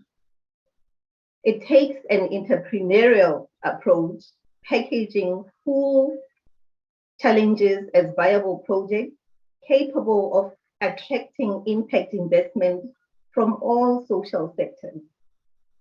The aim is to unlock the potential of underdeveloped communities, eliminate rural poverty, reduce inequality, and support the nation's recovery plan from the devastation caused by COVID-19. During last year's debate, Chair, I mentioned that we intend to draft an Invest Rural Master Plan as a sector. We have not only outlined the plan, but placed it in the hands of royal leaders and the communities they lead. The support received from Minister Dlamini Zuma, Minister Thoko Didiza, and Contralesa during the launch of the Invest Rural Master Plan in Phokeng was of great encouragement from the side of government. But the immense support from the captains of the industry gave us hope that our efforts are not in vain. Allow me, Chair, to single out ABSA Group CEO, Red Daniel Minele, when he said, I quote, "If we collaborate and execute the Invest Rural Master Plan, we can begin to achieve a number of the United Nations Sustainable Development Goals, as well as key elements from the National Development Plan." As a leader, as leading Pan-African Financial Services Group, ABSA will contribute by bringing forth experiences from other African countries relating to inclusive rural economic development, close quote. The Invest Rural initiative envisages Africa where rural people live with dignity, work towards prosperity, and hope for the future. The initiative is guided by a master plan that provides a detailed framework for rural investments, articulates markets for the bottom of the pyramid, and a business model for the private sector, as well as social impact model for the public sector. And this initiative's key objectives are to drastically reduce poverty, to create rural enterprise and employment, and to build healthy and resilient communities. But to achieve this, we must leverage on the three drivers of economic development. One being the abundance of land, two, the people who live in the rural communities, and three, the stewardship of our traditional systems. Invest Rural takes a sector-based approach, focusing on those areas with tremendous potential to attract investment and improve rural well-being. The master plan reminds us of where we come from, identifies critical challenges in a rural household, provides impactful and scalable solutions, gives an implementation plan and different financing mechanisms, and most importantly, enabling the environment. We are reminded today by His Highness Sheikh Mohammed bin Rashid Al Maktoum, the ruler of Dubai, that we cannot simplify an elaborate plan unless we acquire a thorough understanding of it. We cannot explain a complicated theory to a child unless we have truly grasped all of its details. It is easy to fill thousands of papers with grand plans for the future. However, it is difficult to put them in simple words that people can understand, believe in, uphold, and even make personal sacrifices. To implement Invest Rural Master Plan so that we can achieve the objectives of the Economic Recovery and Reconstruction Plan, we should consider the following, Chair. Firstly, there is growing recognition that the social and environmental challenges facing us are complex and multidimensional. They cannot be solved by government alone, and this is a fact. There is broader consensus among sectors of society regarding the need for rural economic development focused interventions on tackling poverty and inequality, and this is also a fact. However, no agreement engenders a coordinated approach, resulting in piecemeal and largely ineffective programs. We should engage in a process that will establish a rural development compact, encompassing of the public and private sector, development foundations, churches, and royal leaders. The intent is to create an agreement between parties with direct interest in rural communities and their economic and development well-being. A contract that will be underpinned by the following principles. 1, respect for the rights of individuals. 2, scalability to solutions. 3, advance the interest of the country. And lastly, impact and growth. Secondly, Chair, we will hold the inaugural Invest Rural Conference in October 21 as resolved, wherein traditional leaders and their communities will be exposed to impact investors looking for investment that will generate measurable social and environmental impact alongside a financial return. All communities will be encouraged to showcase projects aligned to the master plan and engaged with potential partners. Thirdly, traditional communities will be encouraged to draft village economic development plans that will enable them to participate meaningfully in the district development forums. Lastly, fundraising. Raising funding to assess the market and financial feasibility of priority infrastructure and economic projects. In conclusion, Chairperson, we know that the road ahead will be hard. Still, no matter the obstacle that stands in our way, nothing can stand the cause of the spirit of 20 million rural people, the people who we lead, calling for dignity, prosperity, and hope. Invest Rural is an initiative that reminds us, when in doubt of ourselves, we lose. That small acts can significantly make a change. As the President carries on with his duties, let him remember that any vision awaits an appointed time. It speaks at the end and will not prove false. Chairperson, bagolo ba tle ba re sengwe le sengwe se na le nako, mme nako e fitlhile gore re nne lesedi. Amanda Gorman, a young lady who recently made history during the US inauguration, said, I quote, "There's always light if we are only brave enough to see it, if we are brave enough to be it," close quote.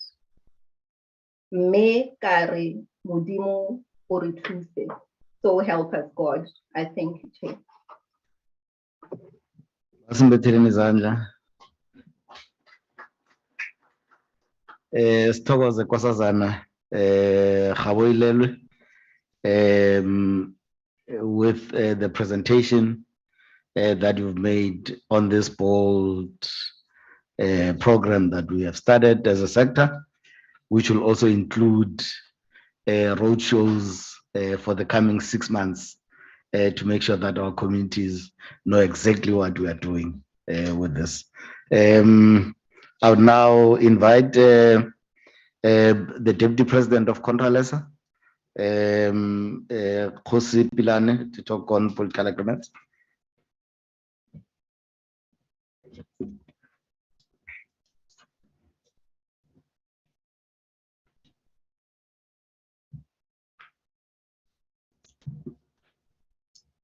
Ke a leboga modulasetulo wa ntlo ya bosetšhaba go nneela nako le nna mo kopanong ya gompieno.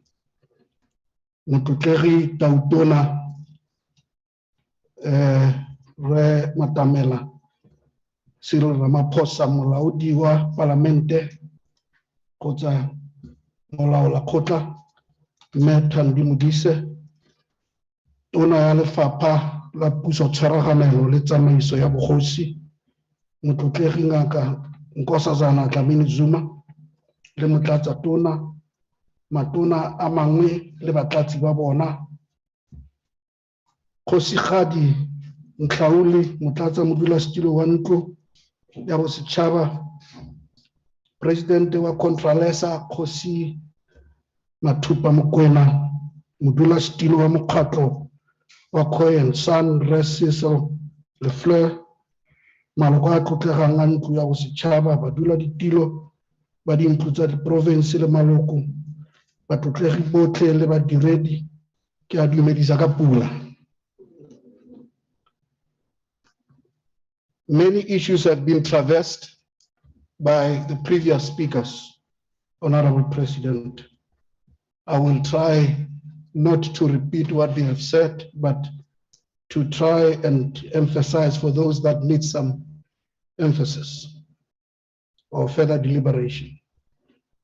During our last debate, Mr. President, we detected that you were probably not properly advised when you presented your address and suggested that you better look into getting an advisor who will be versed and has passion for the institution. And the reason we are saying that, Honorable President, was that some of the issues that you presented were not entirely correct.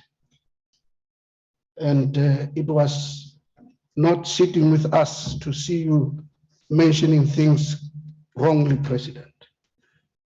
When Mamutlauli addressed us, she mentions this, although in a very polite way, when he said, you were probably presenting the report of the House instead of addressing the House. But basically, it's everything that you said, President, was something that could be termed a report of the House. And our expectations were you needed to give us a guidance on how the government see us moving forward with the sector. Ke ka lebaka leo re gopolang gore re tshwanela ke gore fa o kgonagalang teng re bue. Re tshwenngwa ke gore fa o bua ka lekala la bogosi go bonala sentle gore go tlhoka go tsewa matsapa.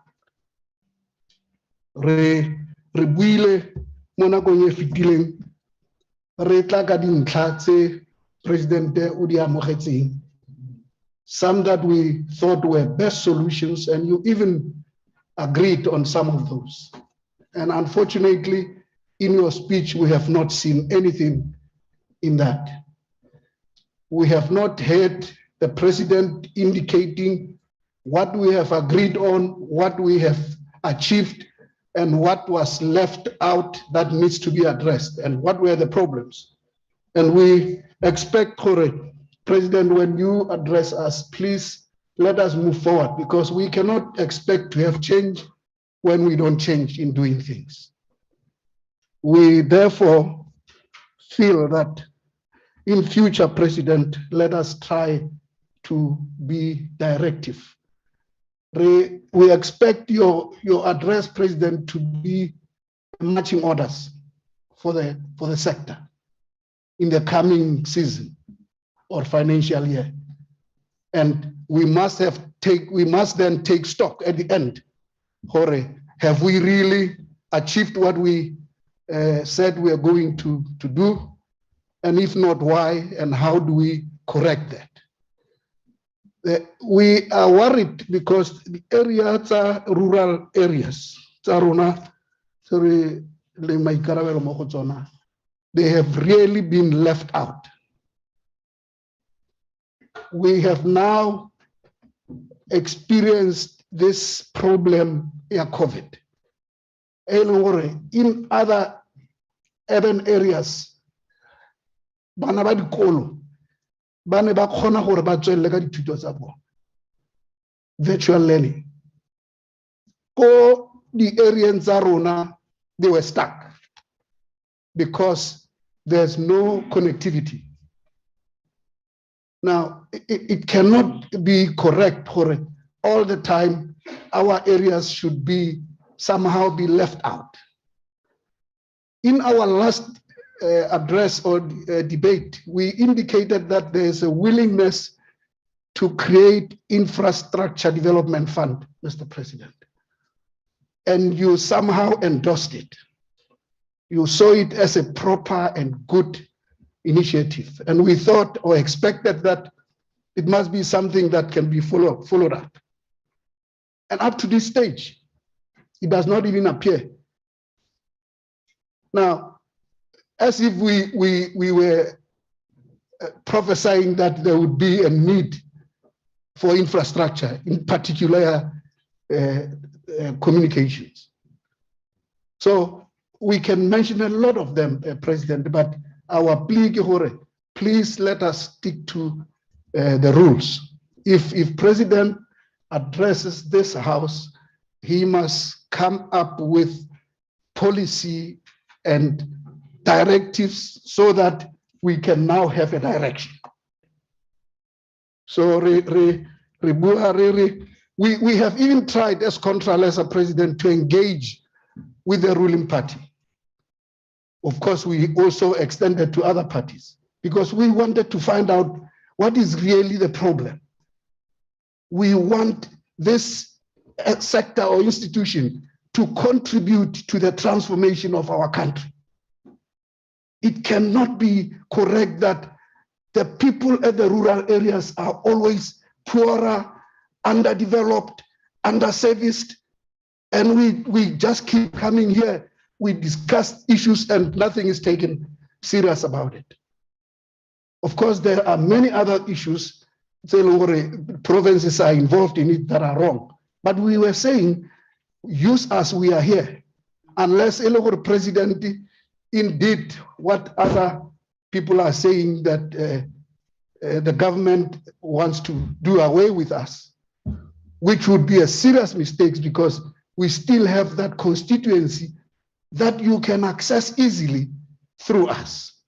So I think our plea, please let us cooperate, let us advise each other hand in hand, so that eventually we can improve the lives of our people, create more jobs, because if you count 882 traditional councils and we create projects in those areas, especially the development of infrastructure, because infrastructure is the key for development, for any progress. You can end up having over 1,000 from each, which automatically translates into almost 1 million jobs that you can do, or that we can achieve in less than a year. And we have those ideas that we have always presented and are still ready to do that. That is why we have now launched Invest Rural. But there are many. So we plead with you, Honorable President, let the department, as we previously agreed, that the departments must start to engage us, all the departments, because the traditional leadership traverses across all the departments. You talk of health, you talk of education, everything is there. So we need that kind of collaboration and cooperation from the department, all the departments that you're leading, President. What we are trying to do here is to build. And finally, Mudula Stilo, I will leave you with this one. Until the lions have their own historians, the history of the hunt will always glorify the hunter. And we are changing that. We are writing our own history. I thank you. Habu Sidibel. Would now move to Menier Liflier of the National Cohesion Council.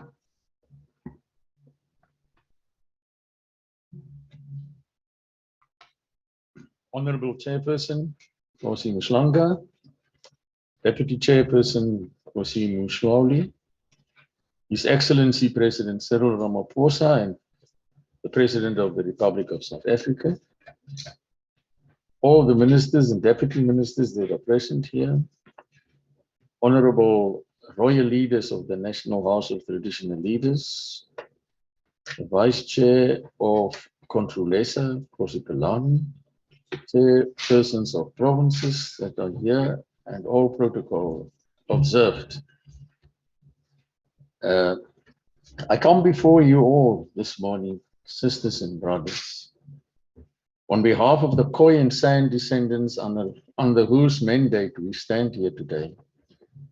I bring greetings of goodwill to all our fellow countrymen and women. We gather here at an auspicious time when our country is celebrating a watershed achievement. The final proclamation into the law of our constitutional republic, Act 3 of 2019, which for the first time sets a legal pathway for the recognition of Khoi and San leaders in this country.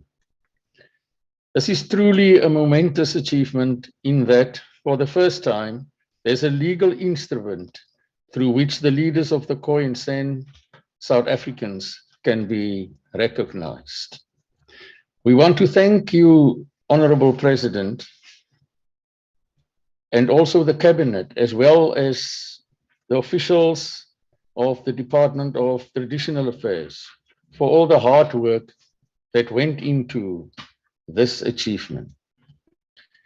We also gather here at a time when all our people are under the terrible siege of the silent assassin, the COVID-19 coronavirus, which has taken a severe toll on all our people. The National Khoisan Council, on behalf of all Khoi and San descendants in this country, extends our heartfelt condolences to all those whose loved ones have been claimed by the pandemic. And our prayers are that the Almighty God will grant you all comfort and strength. Likewise, to more than 1 million of our countrymen and women who are affected and infected, our prayers are that you will all be fully restored. In this respect, to ensure that we face the reality of the moment together, the Khoi and San leadership is standing by to be integrated into the COVID command structures, together with our fellow traditional leaders, to ensure that we collectively can create maximum protection for all our people against this killer that is leaving a trail of destruction across humanity. Our country has experienced another deeply destructive pandemic, the shameful plague of gender-based violence and femicide, which is a scourge upon our entire nation. This pandemic is insidious, and it has brought a reign of terror to the girls and women of this beloved country. In this instance, the leadership of the Khoi and San condemn in the strongest terms this wave of savage brutality, and we call for the strong and most effective measures to put a permanent stop to gender-based violence and femicide. Mr. President, all these matters before us carry great gravity, and the decisions we make and endeavor to carry out in forums such as this that will determine whether we will finally, ultimately be acquitted in the tasks appointed to us by history. On the matter of Act 3 of 2019, it is very important that we grasp that this was not a simple milestone, but the result of a long and intense fight of Khoi and San descendants in this country to find resonance in the promise of the Constitution and be recognized. The journey began officially in 1995 under President Nelson Mandela and was finally mandated when the NKC was formed in 1999 to serve as the body that has the mandate of the Khoi and San people to work with government to achieve constitutional accommodation.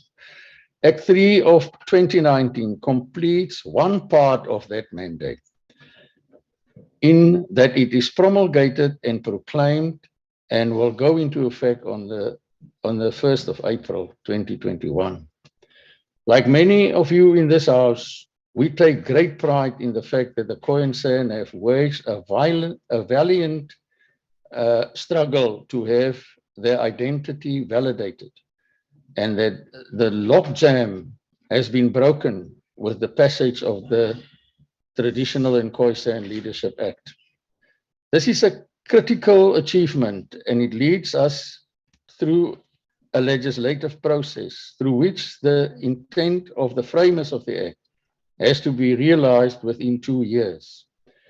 In this instance, we therefore enter into a new complex terrain, which our people will have to navigate carefully if they are to achieve what is promised in law. For us, having faithfully discharged the first leg of our mandate, we are aware that before us is an equally difficult path.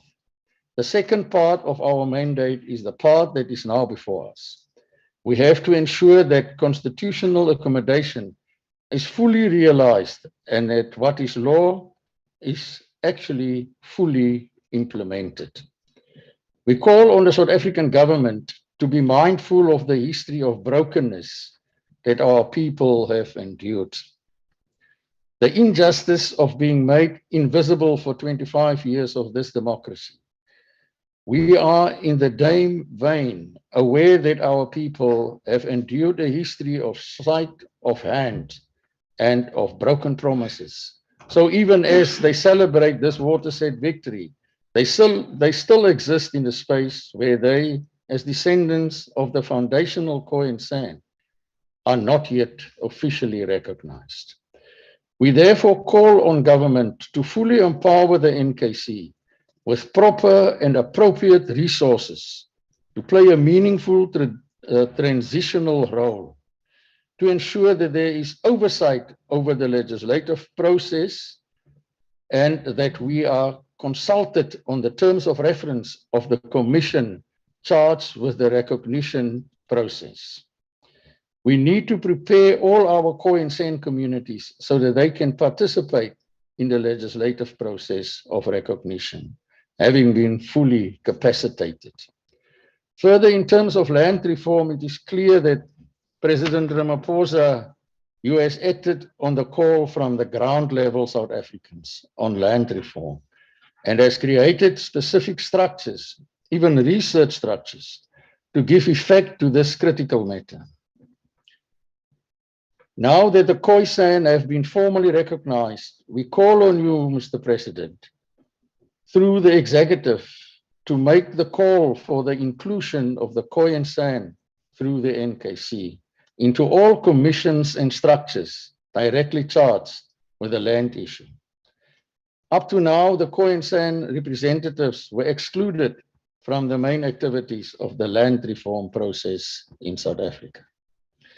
Likewise, in respect of resources allocated to rural economic development, we make an urgent call upon government to assist the Khoisan San descendants by ensuring that they are included in these plans, and further that government also take proactive measures to include Khoisan San descendants also in peri-urban and urban areas into the structures. We also thank the Department of Arts and Culture and Minister Mthethwa for its recognition of the Khoisan San National Heritage Route, which has finally been approved by Cabinet. And we look forward, Mr. Minister, to our people being fully involved and integrated into all aspects of the implementation phase of this project. Part of the remaining mandate of the NKC is also to administer and implement the world-recognized Rooibos Benefit Sharing Agreement that was achieved in cooperation with the Department of Environmental Affairs. Finally, we would be remiss if we did not use this opportunity to pay tribute to everyone who, in small and large measures, has contributed to the major victories the Khoisan San have achieved. I thank you.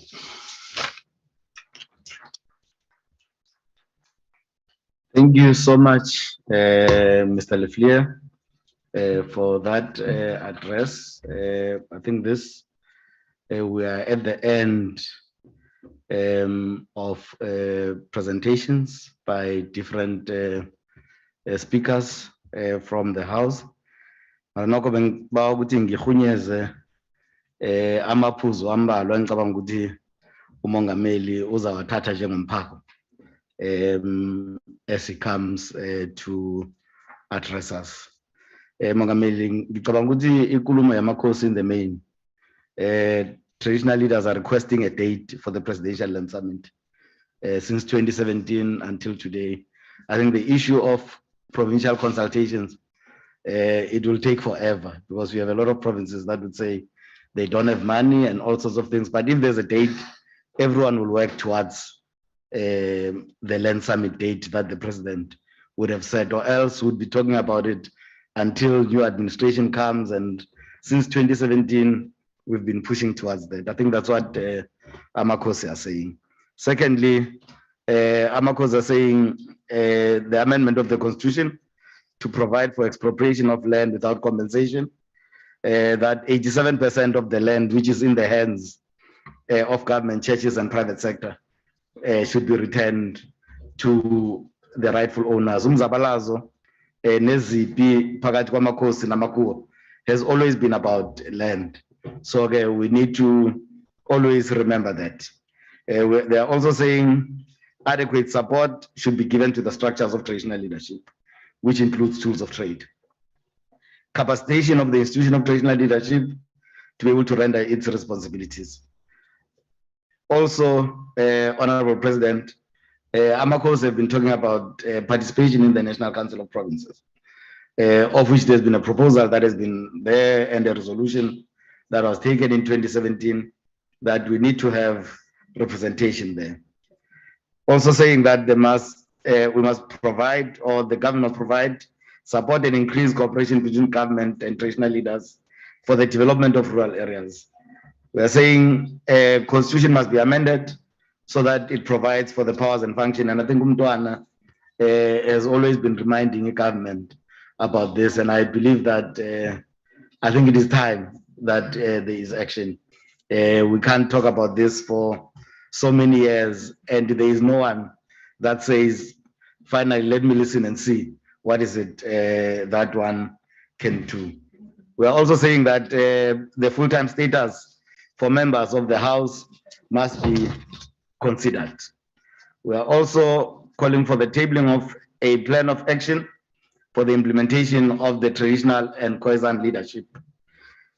We also request the President, I think when you were addressing us last year, there is a promise that you made, and I'm sure our colleagues did not remind you. The President said he's going to bring ministers in the address. You'll make sure that the ministers do come. We're hoping that we have only 2 or 3, I think, that have joined virtually. So we are requesting again that, President, when we open the House in the next time, we should have ministers and also premiers that have traditional leaders in their own provinces. Because and I was in one opening of the House, not even a single mention or quotation from the President's address to the National House. So one wonders, where do they get the line of march for what they are supposed to be doing for the sect? So it means that everybody is doing as they please and no one really listens to what the President is committing to. And I believe that it is not only premiers, but ministers as well. When the President says something, in most cases, nothing happens. And we don't have a way of making sure that those ministers are held to account. There is a proposal, though, President, that Amakosi are coming up with, that after the address of the President, the leader of government business, being the Deputy President of the country, must come and meet with traditional leaders so that a process of implementing what the President has directed should unfold. Once that process is done, I think before the address of the President in the following year, there must be a follow-up meeting with the Deputy President to be able to take stock of all those that the President had committed. And we request that this should happen. President, we've written to the office of the Deputy President before and on this matter.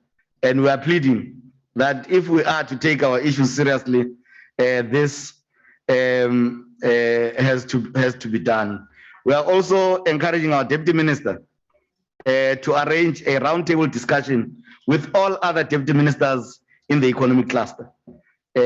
Once we have done our work with the Deputy Minister, then it can go to the ministers in the economic cluster. But we believe that we want to start there because our department has been given to a Deputy Minister. So we want to start the discussions. In fact, we've started the discussions, but I think it has to be firmed up. And I think, President, DM,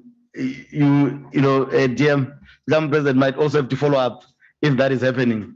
That roundtable meeting, or the minister will have to follow up just to make sure that we we take this very seriously, and it happens when it's supposed to be happening. We also, traditional leaders are also acknowledging the role that has been played by our partners. We've done a lot, President, during this pandemic to try and cushion our people from the effects of COVID-19. So we had partners such as the Princess Khabo Foundation, the Alim Dad Foundation, Keza Mutaung Junior Foundation, Old Mutual Foundation, and the Solidarity Fund, who together with the House, the Solidarity Fund President gave 20,700 rand vouchers to our communities, where traditional leaders were handing them over to those most needy communities. And they also gave us 45,000, 2,000 rands input vouchers for those budding farmers or your subsistence farmers in our areas. And it's highly appreciated. Would now be doing a monitoring program where we want to see what has been planted and what would be the yield of what has been planted by our communities from the money that has been spent with the Solidarity Fund. We also are saying that that the institution has done extremely well. We also know that the new normal, President, requires change of attitude in development and focusing of relieving the burden of poverty to our communities. And we have realized that as a sector, for us to move with speed, we ought to realize that we are, with all these complaints that have been raised, I think traditional leaders are starting to say we are on our own. So being on our own, we thought that for us to address many challenges, we ought to stand out, we ought to take the bull by its own horns and deal with the issues that are affecting our rural communities. Hence, you have the developmental monarchs approach that has been presented by our revered traditional leaders. We have the invest rural approach that traditional leaders have embarked on. You have a private entity that has been formed by traditional leaders in the name of United Rural Kingships Holdings that seeks to lead traditional leaders in participating in the mainstream economy to be able to address the challenges that are there within rural communities.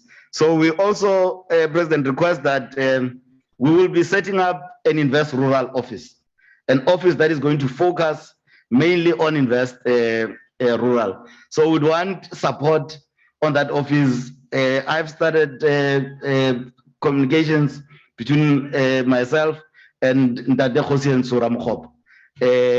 So there are discussions that are starting in government supporting that, and would request that the President should nudge a bit on that side so that we start moving on this program, because we believe that this is the only program that is going to change the lives of rural communities. We also know that the agrarian revolution can only be successful if the relevant government departments are willing to assist, and that the Department of Traditional Affairs has deployed officials who have a passion for rural communities, as opposed to the current that believe that agriculture is not their mandate, because that's what we are getting from others, that agriculture is a mandate in another department, so they don't want to get involved. So you have this silo approach, President, by most of our departments that don't necessarily want to embrace the programs that we are trying to do. We've benchmarked this. We've started benchmarking Invest Rural. We've gone to the Rural Bafokeng to see how they've been developing their own communities. We also looked at the Bakhatla, Bakafela. The challenges, President, as we embark on this route, they've already highlighted a few challenges, and I think it's challenges that all of us are going to face, that we want to help government in infrastructure development. We will also participate in building of roads, building of bulk water systems with the monies that we will get through Invest Rural. But the problem is what we are getting from those traditional councils is that once that is done, there's a challenge between them and municipalities, where municipalities are bulldozing them from the projects and the assets that they have bought as a traditional council on behalf of those communities. I think there has to be a proper communication between the institution and municipalities in relation to the assets that we will be building through Invest Rural. This program needs 1 trillion rands. And from that, I think there's going to be a lot of assets. And those assets, there has to be a clear engagement between us and municipalities in terms of how we are going to manage those assets. In a nutshell, Honorable President, we want to thank you, and we want to say as a sector, we are here and willing to assist government in terms of making sure that the country moves forward, that we truly change the lives of our communities and taking over the economy and taking it back to those rural communities. I would now take this opportunity, Honorable President, to invite you, but also do something that is out of the ordinary, because normally one is supposed to be inviting the president. But I want to invite the president and also make the president feel as part of this program that we are starting. We want to hand over officially the document on Invest Rural. This is a symbolic handover of Invest Rural document, and proper documents will be signed. This is my copy, but this is a symbolic so that the president has ownership of this program that we are starting. So President, as you come forward to come and address us, I am going to stand up as well, give you the Invest Rural document, so the master plan, so that you can feel and see the work that the sector has committed to do to help you as this government to be able to change the lives of rural communities. Thank you.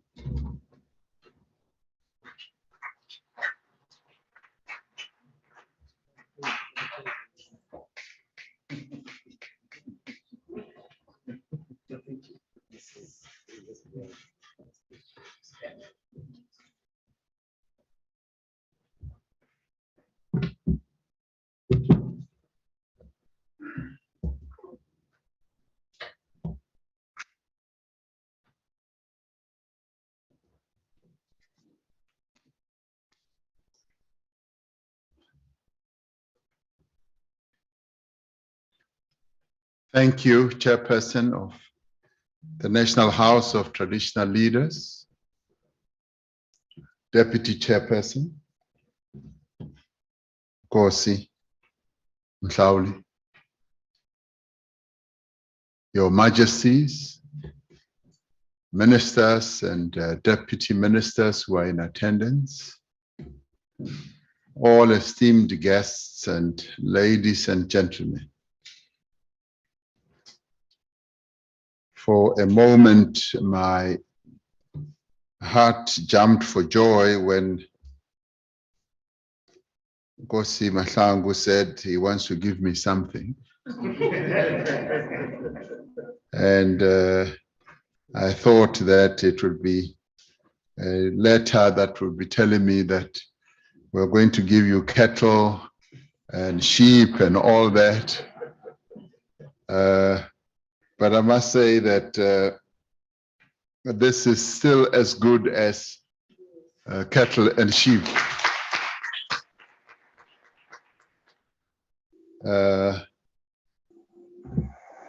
I'm truly grateful and honored to have been given this.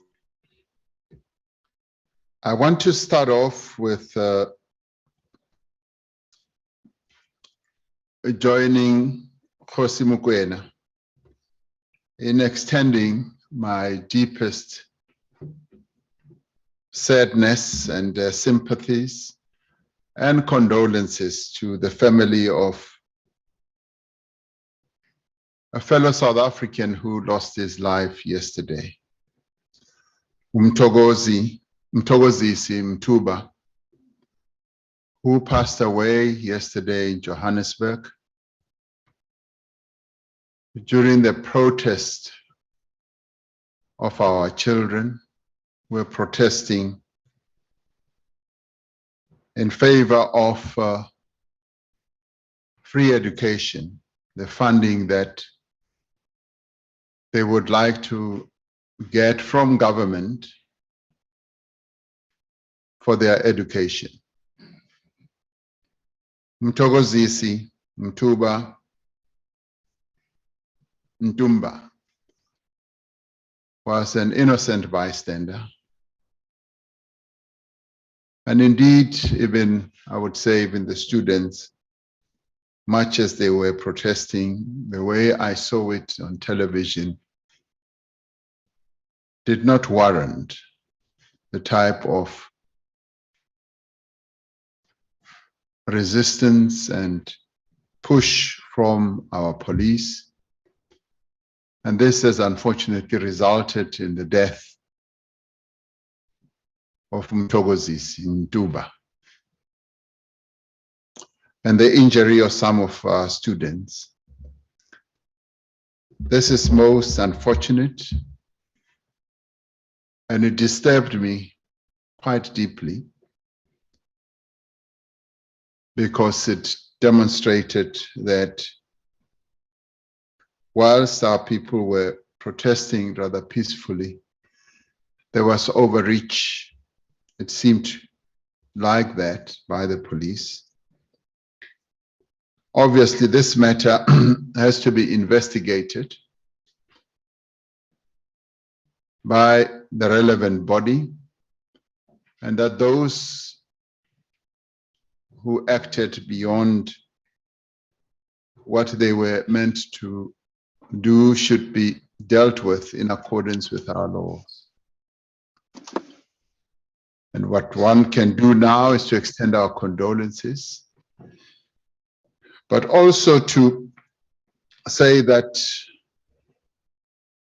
as a government, much as we are facing enormous challenges and difficulties, the issue of education is important and is a priority of this government. When the Minister of Higher Education, Dr. Nzimande, came to me and informed me that we are facing a huge problem in that the funding that we have for NSFAS is not going to be sufficient to fund the new intakes and also to extend those who are already in the system. And there was a huge gap that ran into billions. And I said to him, Minister, we've got to find a solution.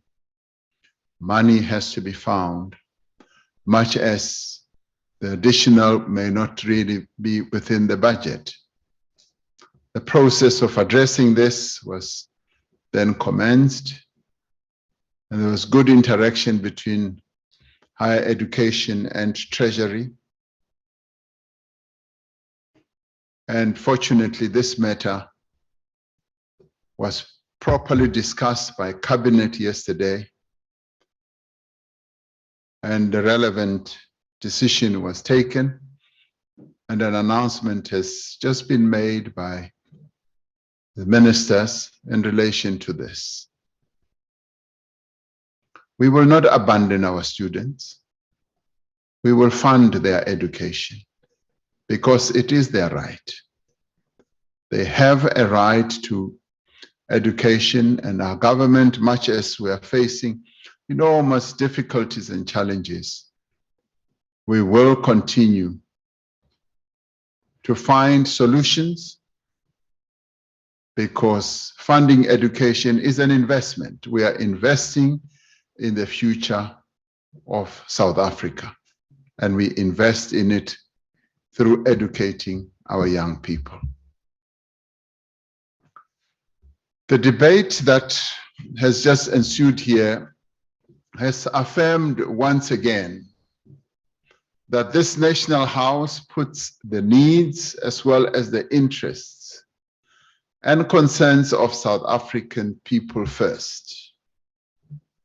What has come through clearly in today's debate is that as much as you are the custodians and the rightful custodians of our traditions and heritage, as our traditional leaders, you envision yourself first and foremost as architects of development and progress.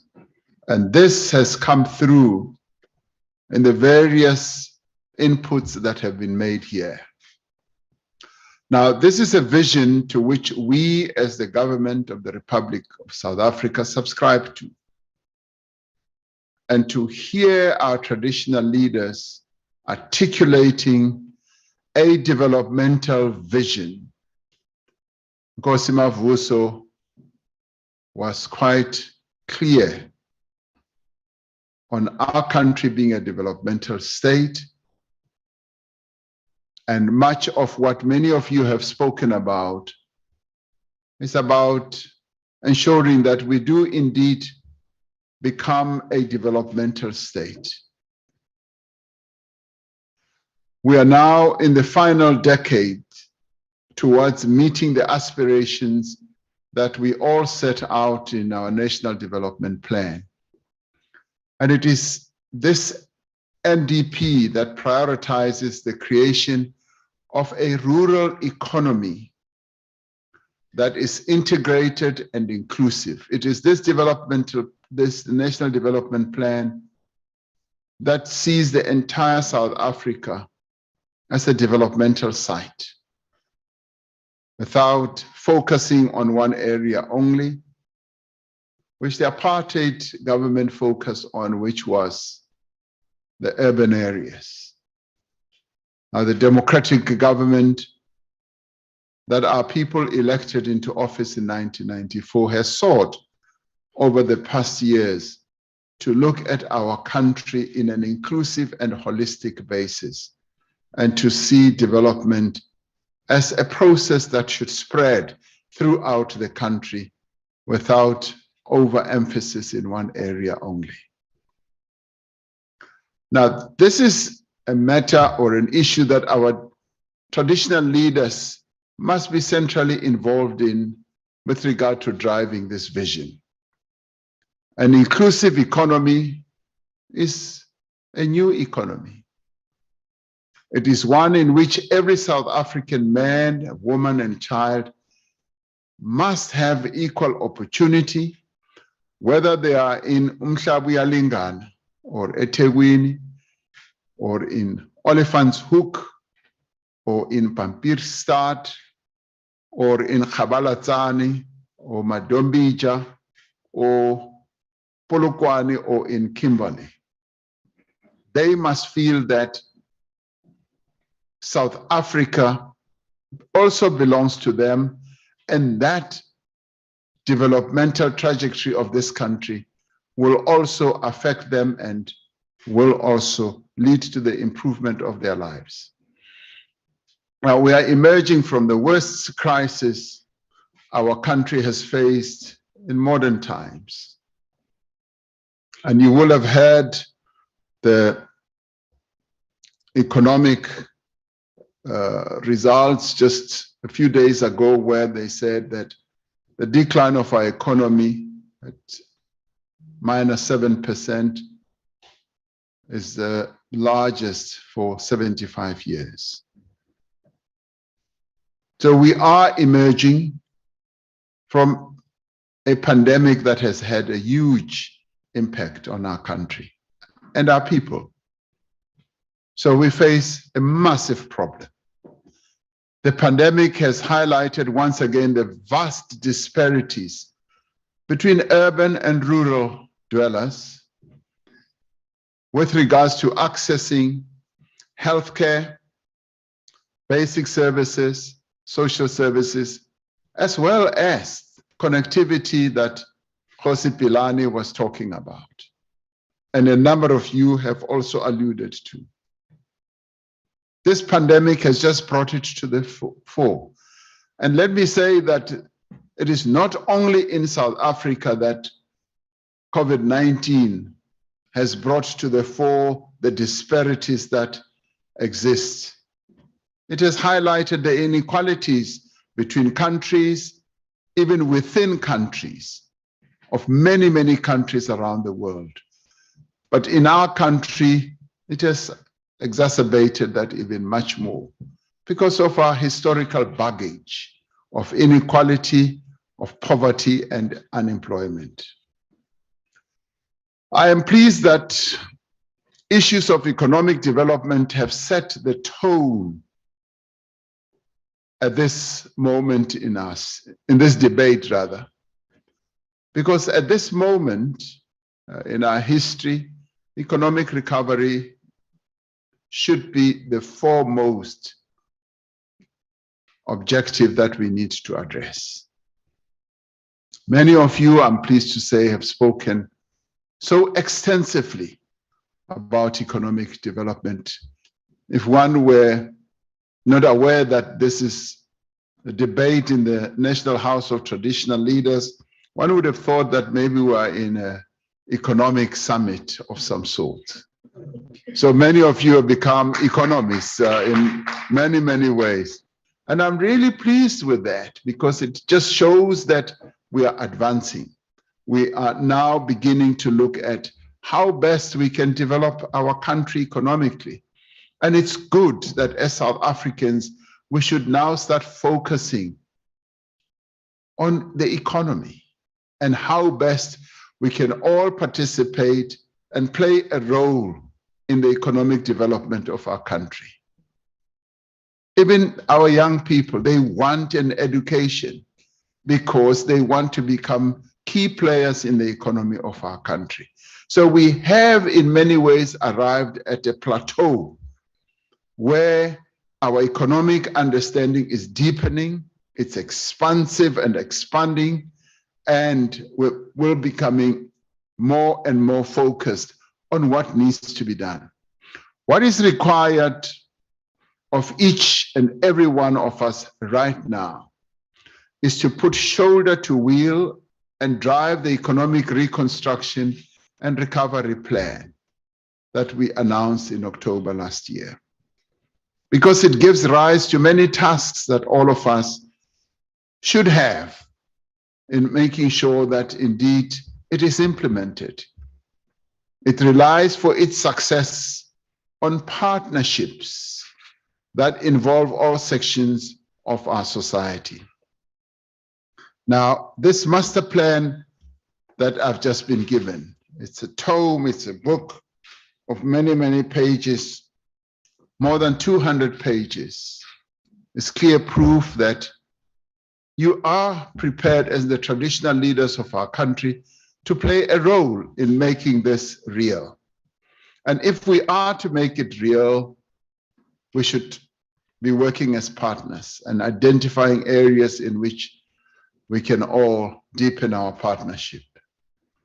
These are not only the partnerships between government, business, and labor, but also partnerships that we really should forge with traditional leaders, with faith-based organizations, and other formations, women's organizations, youth formations, sporting formations, you name them all. As it has been articulated in this House today, traditional leaders must not be bystanders to the process. You are tired of being bystanders. Nothing must take place about you without you, and you are refusing to be left behind. You as traditional leaders must also be deeply involved in the implementation of our district development model. I am saddened to hear reference to traditional leaders in a number of areas not being brought into the fold. When I participated in the launching of the various districts where we were launching the district development model, I insisted that the traditional leaders in those areas must be there. I am rather taken aback by Nkosi Mavuso when he said, You don't know what the DDM is all about. You don't even understand what drives it. Now, we will correct that because you must be at the center. You must be at the center and not bystanders to the district development model, because the district development model is about a joined up government. It's about integrated government. It's about doing away, Nkosi Mahlangu, with the silo mentality where departments of government act alone in particular areas of our country.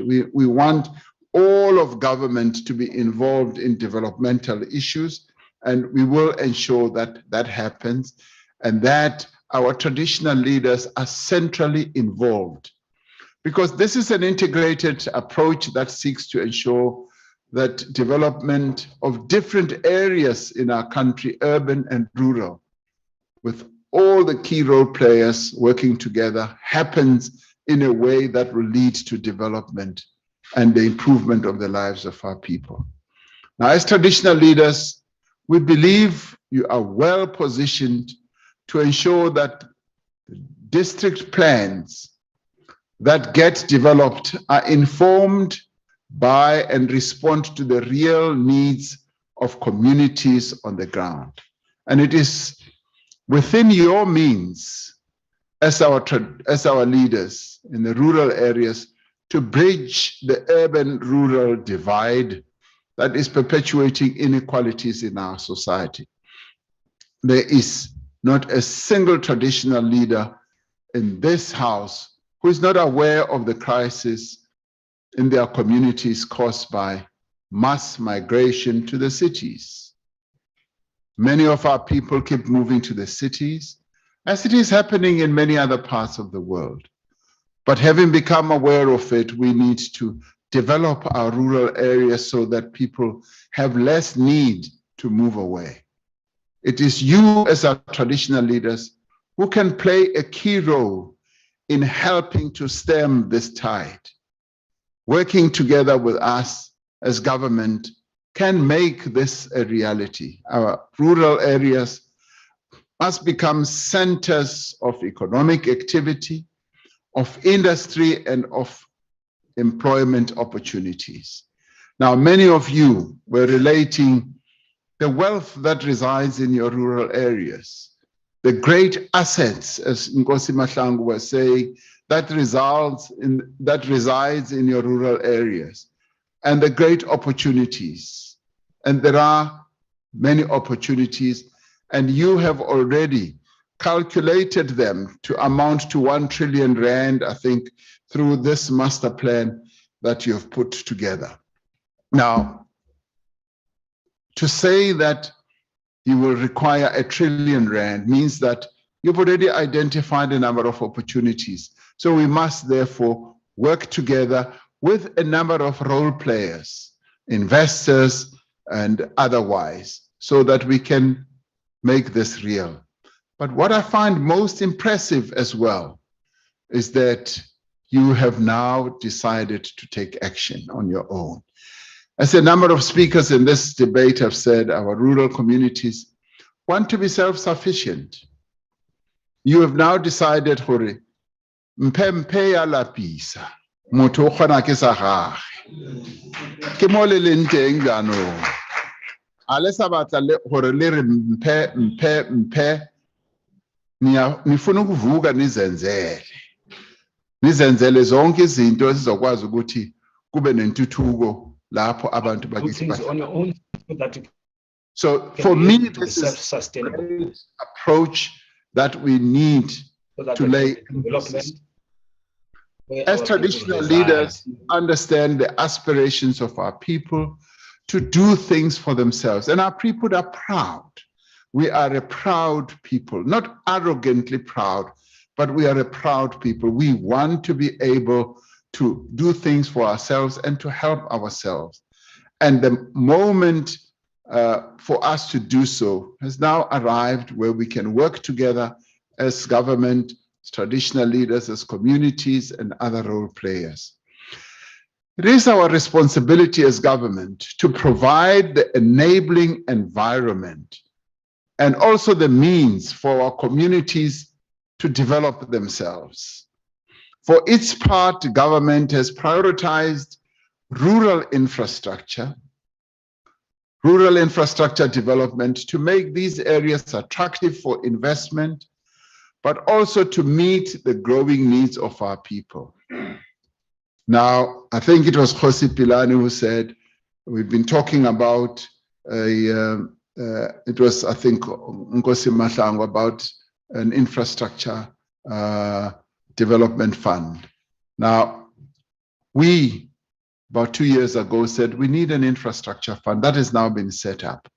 That infrastructure fund is going to attract investors from the private sector who will participate in investing in this fund. And out of this fund will mutate a number of other opportunities, sub-funds and what have you, that are now going to reach out to the areas where you are. Now, the Economic Reconstruction and Recovery Plan speaks to a massive investment in infrastructure, and much of it will be in the rural areas. And this is going to include investments in infrastructure in areas such as water infrastructure, rural roads and bridges, and rollout of, yes, broadband to public facilities in rural areas so that our young people are able to be at the same level as they learn online with urban young people. Our experience is that infrastructure investment has the greatest impact when communities are involved in determining the need in an area and are closely involved in implementation. Now, gone are the days where the building of a dam, the building of a bridge will just be parachuted into the areas where our traditional leaders have authority in. Gone are those days. If an investment like that has to be put in place, there's got to be proper consultation. And this is even going to be better now that as traditional leaders, you have your own master plan, which needs to be integrated together with the various other plans that government has in place. Infrastructure must be suited to local conditions and must empower the communities in which it is located. And the empowerment process thereof must include proper planning, and the planning must not be parachuted in. It must be organic, it must involve all the various people in the area, including our traditional leaders, and yes, indeed, various other formations, women's formations, youth and otherwise.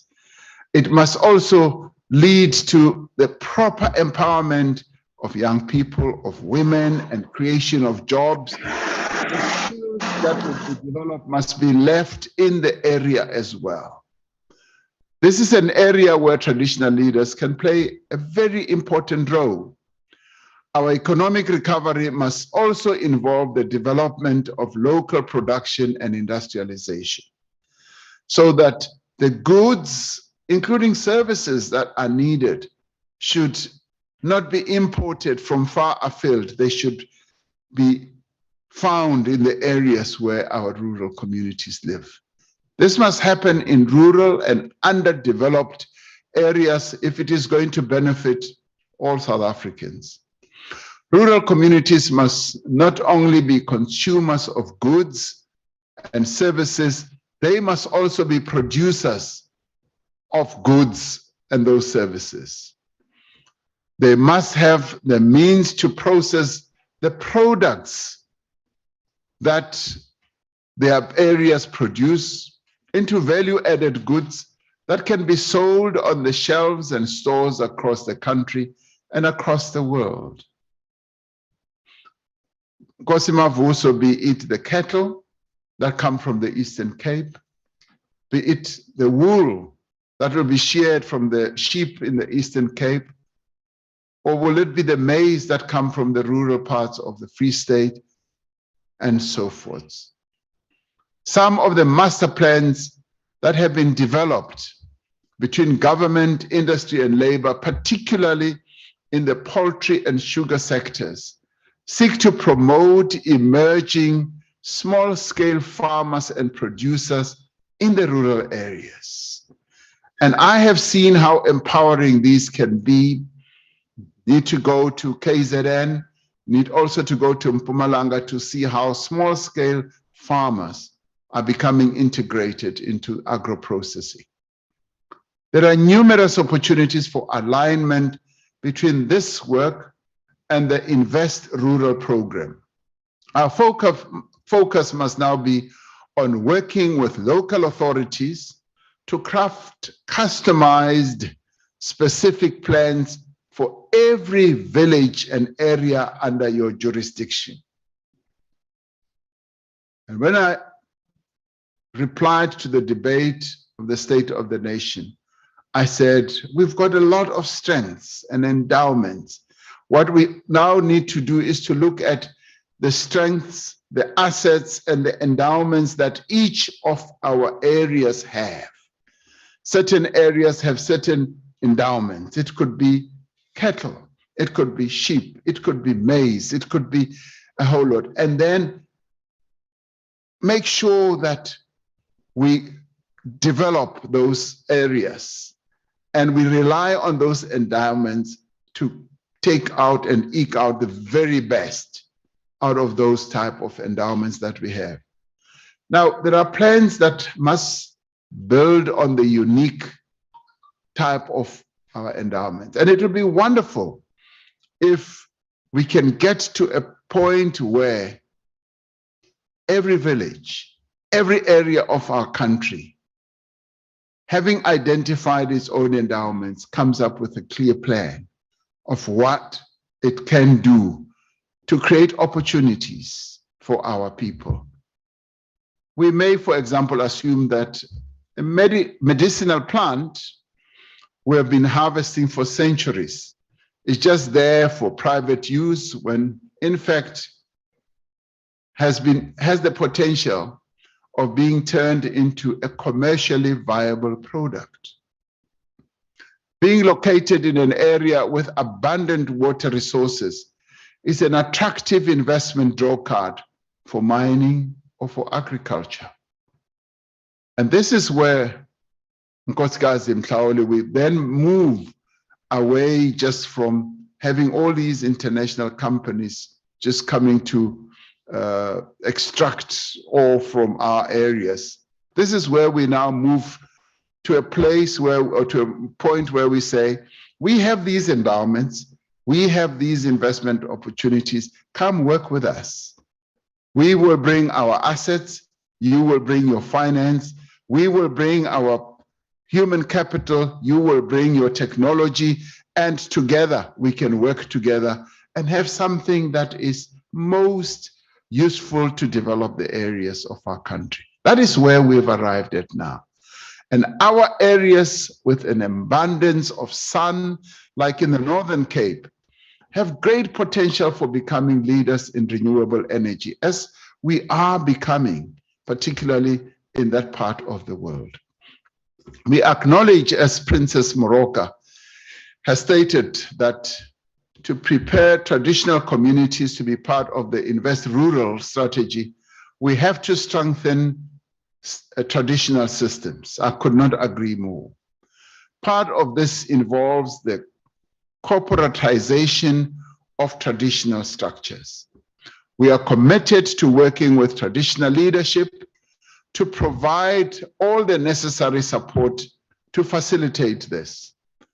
For us to achieve all our rural developmental goals, rural communities need to have land and must have the resources and the capabilities to work this land.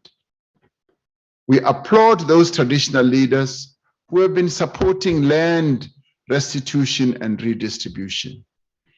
Since 2018, around 1.5 million hectares of communal land has been availed to traditional leaders, and I want to call on you to work with the department to avail more land for development and beneficiation.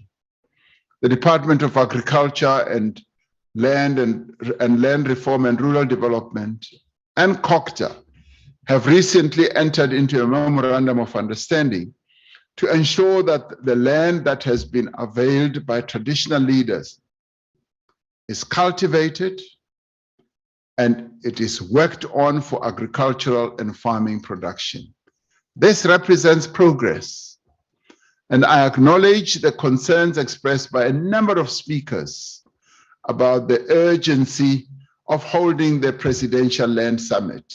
Nkosi Mahlangu says, you want a date, and the date is what you're going to get, because we are committed to have that land summit. It is hugely important to enable us to address the issue of land. And Nkosi Mahlangu said, we must also speed up the process of amending our constitution to give effect to the whole process of expropriation of land without compensation. Now, this is now in Parliament, and it is being prosecuted through our parliamentary process.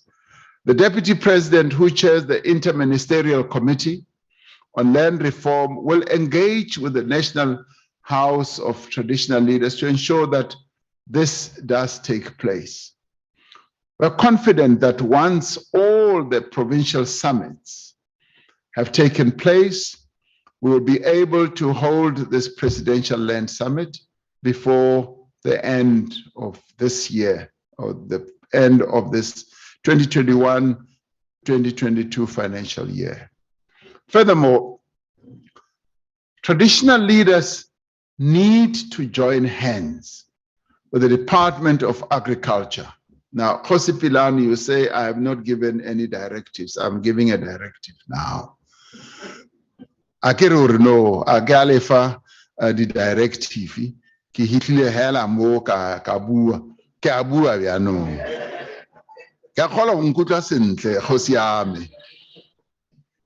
That we need to join hands with the Department of Agriculture, Land Reform and Rural Development towards the development of the communal land policy. Now, that is a specific area of work that we must embark upon. This, in the end, will go a long way to address the contentious issue of land tenure, and equally in traditional communities and elsewhere. Now, the prosperity of rural communities requires that we invest solidly in our people.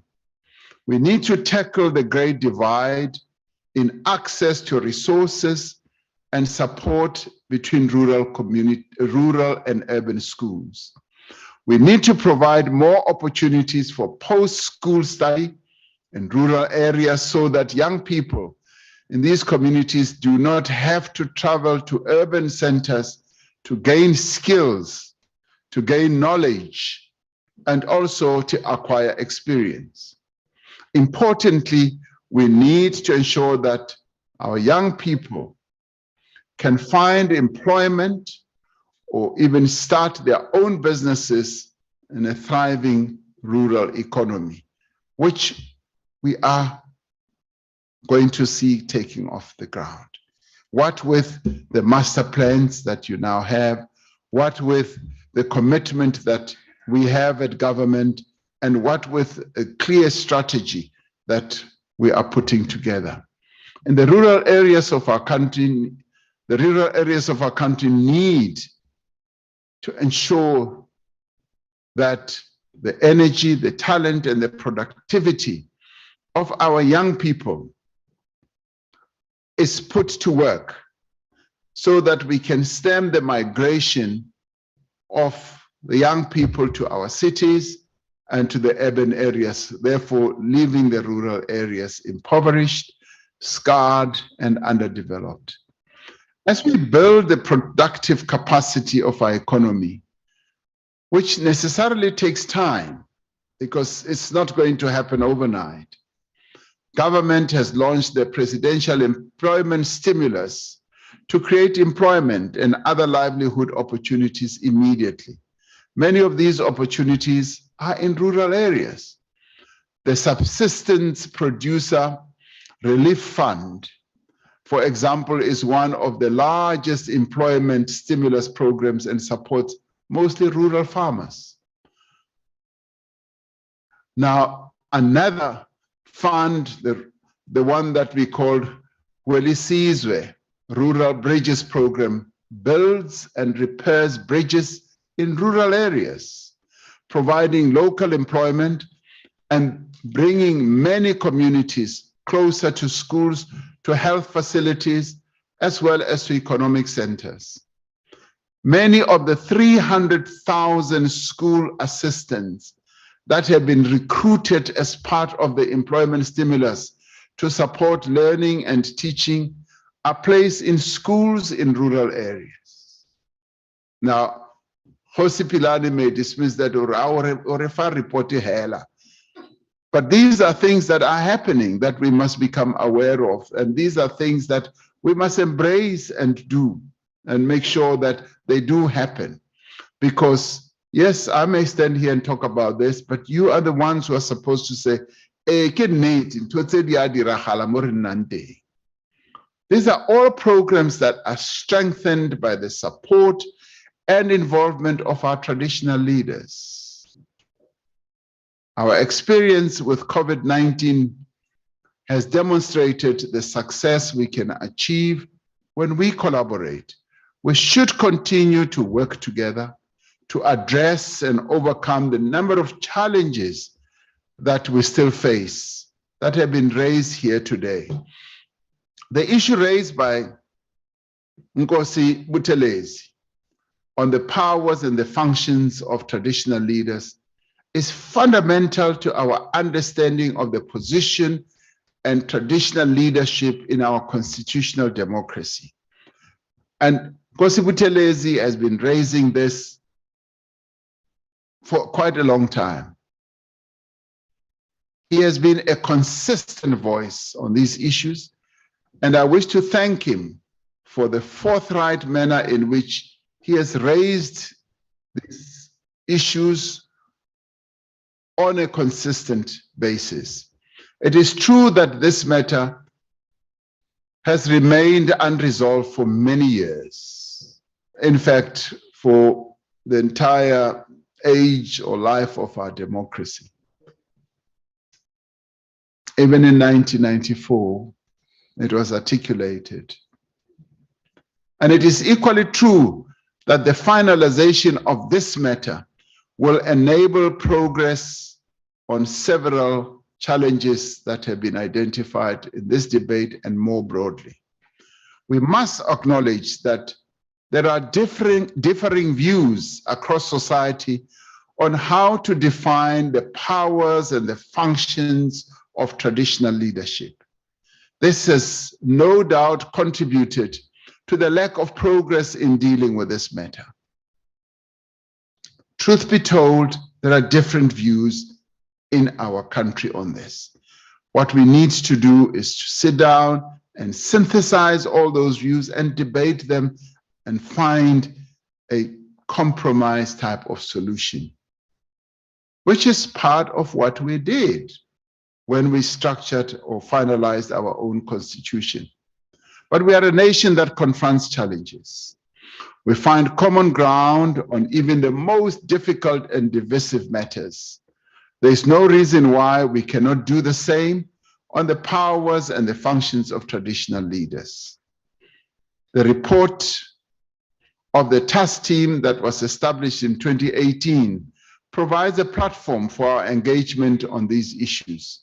We should have a national conversation so that whatever we resolve like our constitution, reflects the views and the wishes of the people of South Africa. Our shared task now is to organize extensive consultations with traditional communities, with civic society, political parties, traditional leaders, and other stakeholders to arrive at a common understanding. This matter does require a common understanding, And once that common understanding exists, we can then move forward.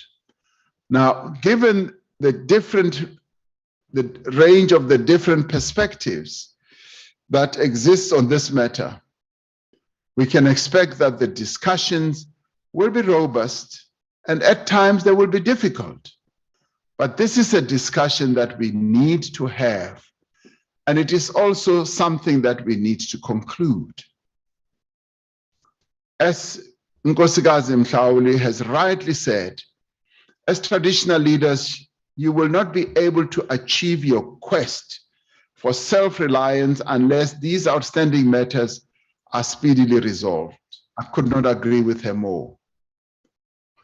Kgosi Mokoena has raised the matter of time frames with regards to key legislation that directly impacts on traditional leadership, like the customary initiation bill. I understand that this is on the program of Parliament for this quarter and will be processed through the National Assembly. The Portfolio Committee for Cooperative Governance and Traditional Affairs has suggested that a colloquium be held on customary initiation, and we hope that it takes place prior to the next winter initiation season.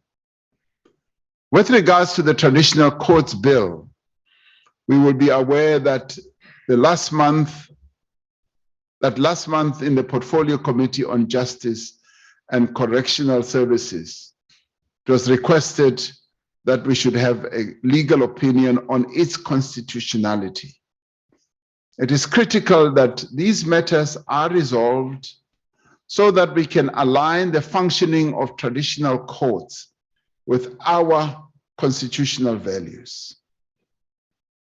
It will be a moment of great historical significance when the Traditional and Khoisan Leadership Act comes into effect next month. As Mr. Lefleur of the National Khoisan Council has rightly said, it has been a long and difficult road towards official recognition, and our focus must now be on ensuring that integration happens and that there is good participation, as well as effective participation. We will be attending to the issue of appointing a commission on Khoisan matters as required by the Act. This will be a critical step that paves the way for the reconstitution of traditional councils and the induction of newly elected members of traditional councils. For the effective functioning of these councils, the newly elected members would need to receive targeted induction, that is, induction training, and arrangements will be made to ensure that such induction programs are available for provinces as well as at the local government level.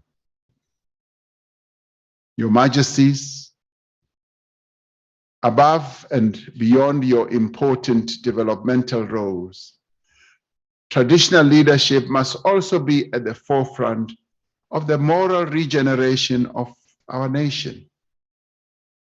As those who occupy positions of authority and influence in our country, you have a key role to play in stamping out the social ills in our communities and our society.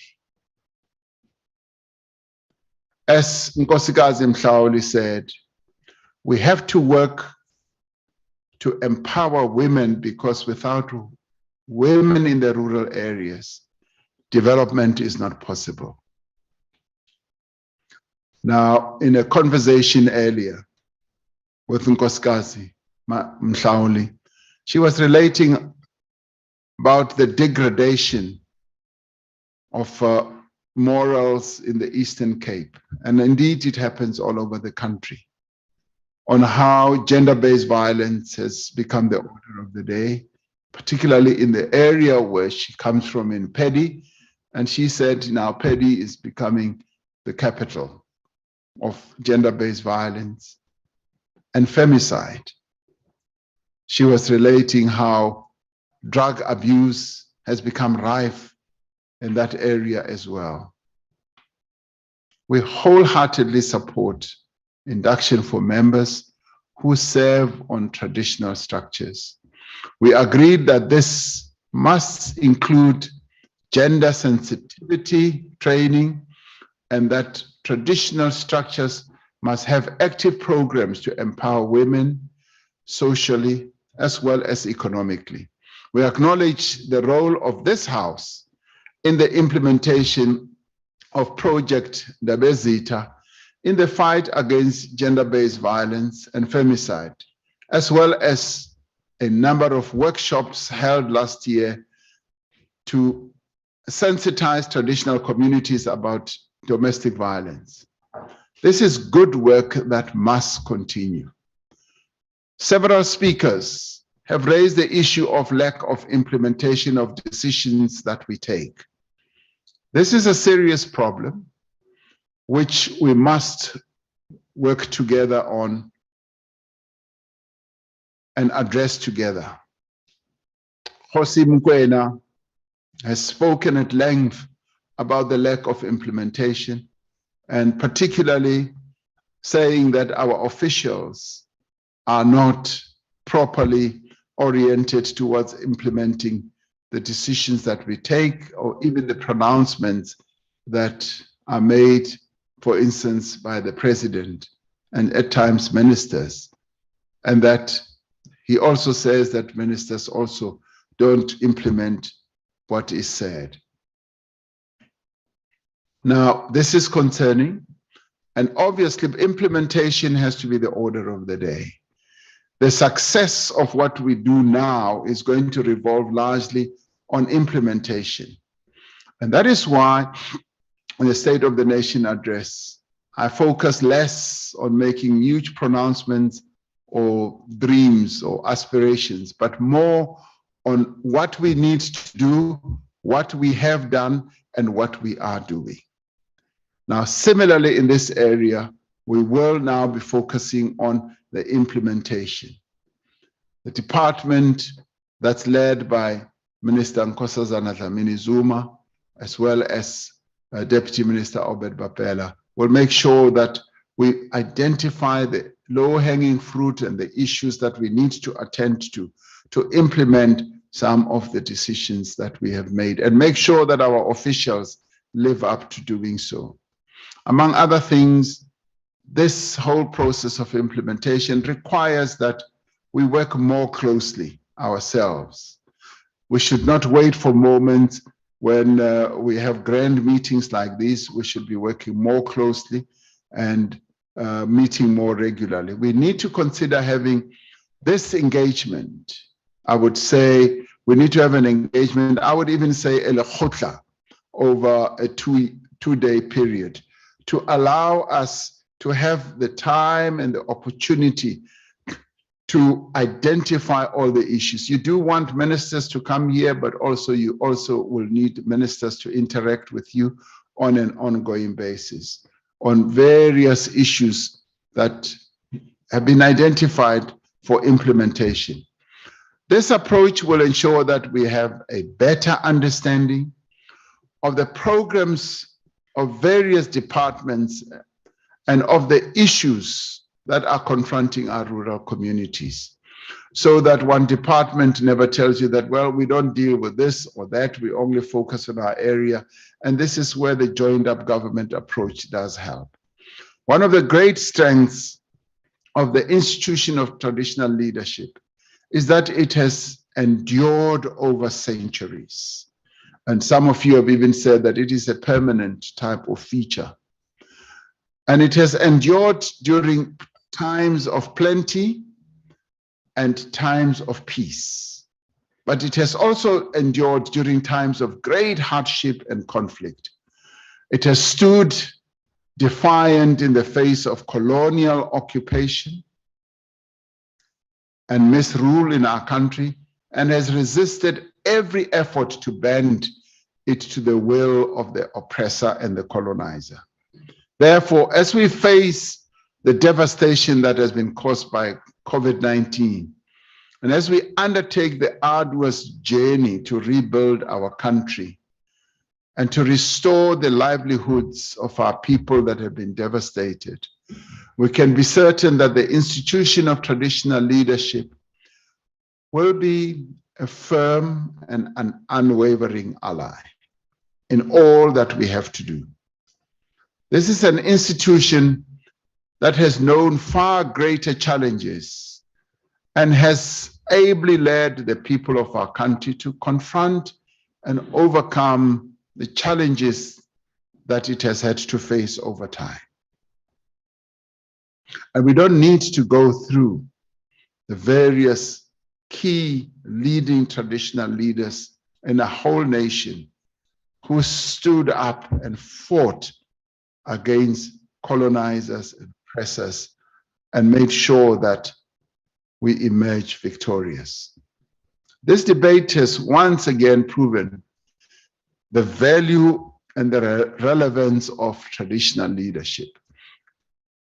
And if people never really believed that traditional leadership is relevant, they need to listen to how you were debating economic issues today and how you have crafted plans like these and how you are looking forward in an aspirational way to develop the areas where you are. I want to urge traditional leaders to continue to be part of shaping the country and fighting for development, fighting inequality, ensuring that there is employment in our country, and making sure that our people do finally get the prosperous life that they need. We call on you to rise and play your part in building this country. And today you've demonstrated that this is the role that you are determined to build. Through the various structures that you're putting in place, but as architects of progress and as proud South Africans. Today, you've demonstrated that indeed you do want to be those architects, and not just social architects, but economic architects as well. And I thank you for the role that you have now carved out for yourself. And we will be there as government to walk this journey with you and to support you as you advance towards advancing and developing the lives of our people. I thank you.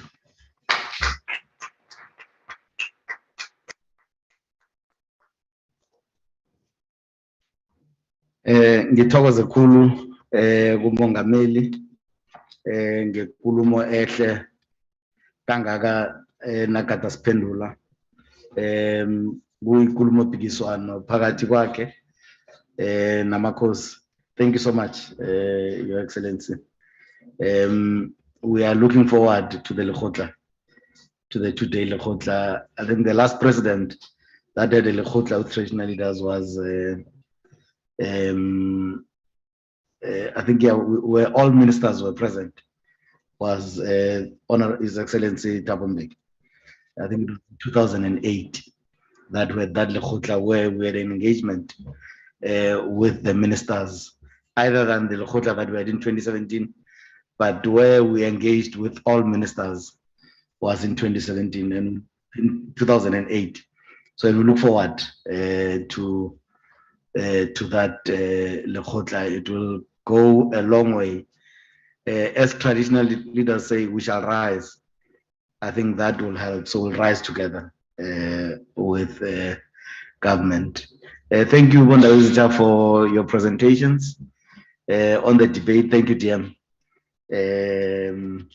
We have a lot of work at hand that the president has given us. So as the institution, we are ready for the work that has been given to us. Let me thank the ministers that have joined us during this debate. Those that have joined virtually, Bokhosi Mokoena and others, Princess Khabu. Thank you so much. Our partners that have also joined us virtually. Thank you, and thank you. And also our colleagues, chairpersons of provinces, thank you for the support that you've always been given to the House, and also for coming, our officials that are here. Thank you so much for the support that has been given. We have come to the end of our program. I will take this opportunity to invite you to lunch. I think it would be at the same venue that we had the last time. I think those that may not be aware will be ushered to that venue. Normally we have a photo shoot during the opening, but we don't have a photo shoot during the debate. So the president is also welcome if he has time to lunch to join us. If not, we still have an outstanding engagement with the president, so that as Nkosulanga Mavuso was saying, that one needs to take the president through all these things that we are talking about, so that the president can see the vision of where we want to take the institution to. Thank you so much, President. Thank you so much. And, we look forward to this strong partnership that we are about to enter. I will now adjourn this August House until we meet again. Thank you.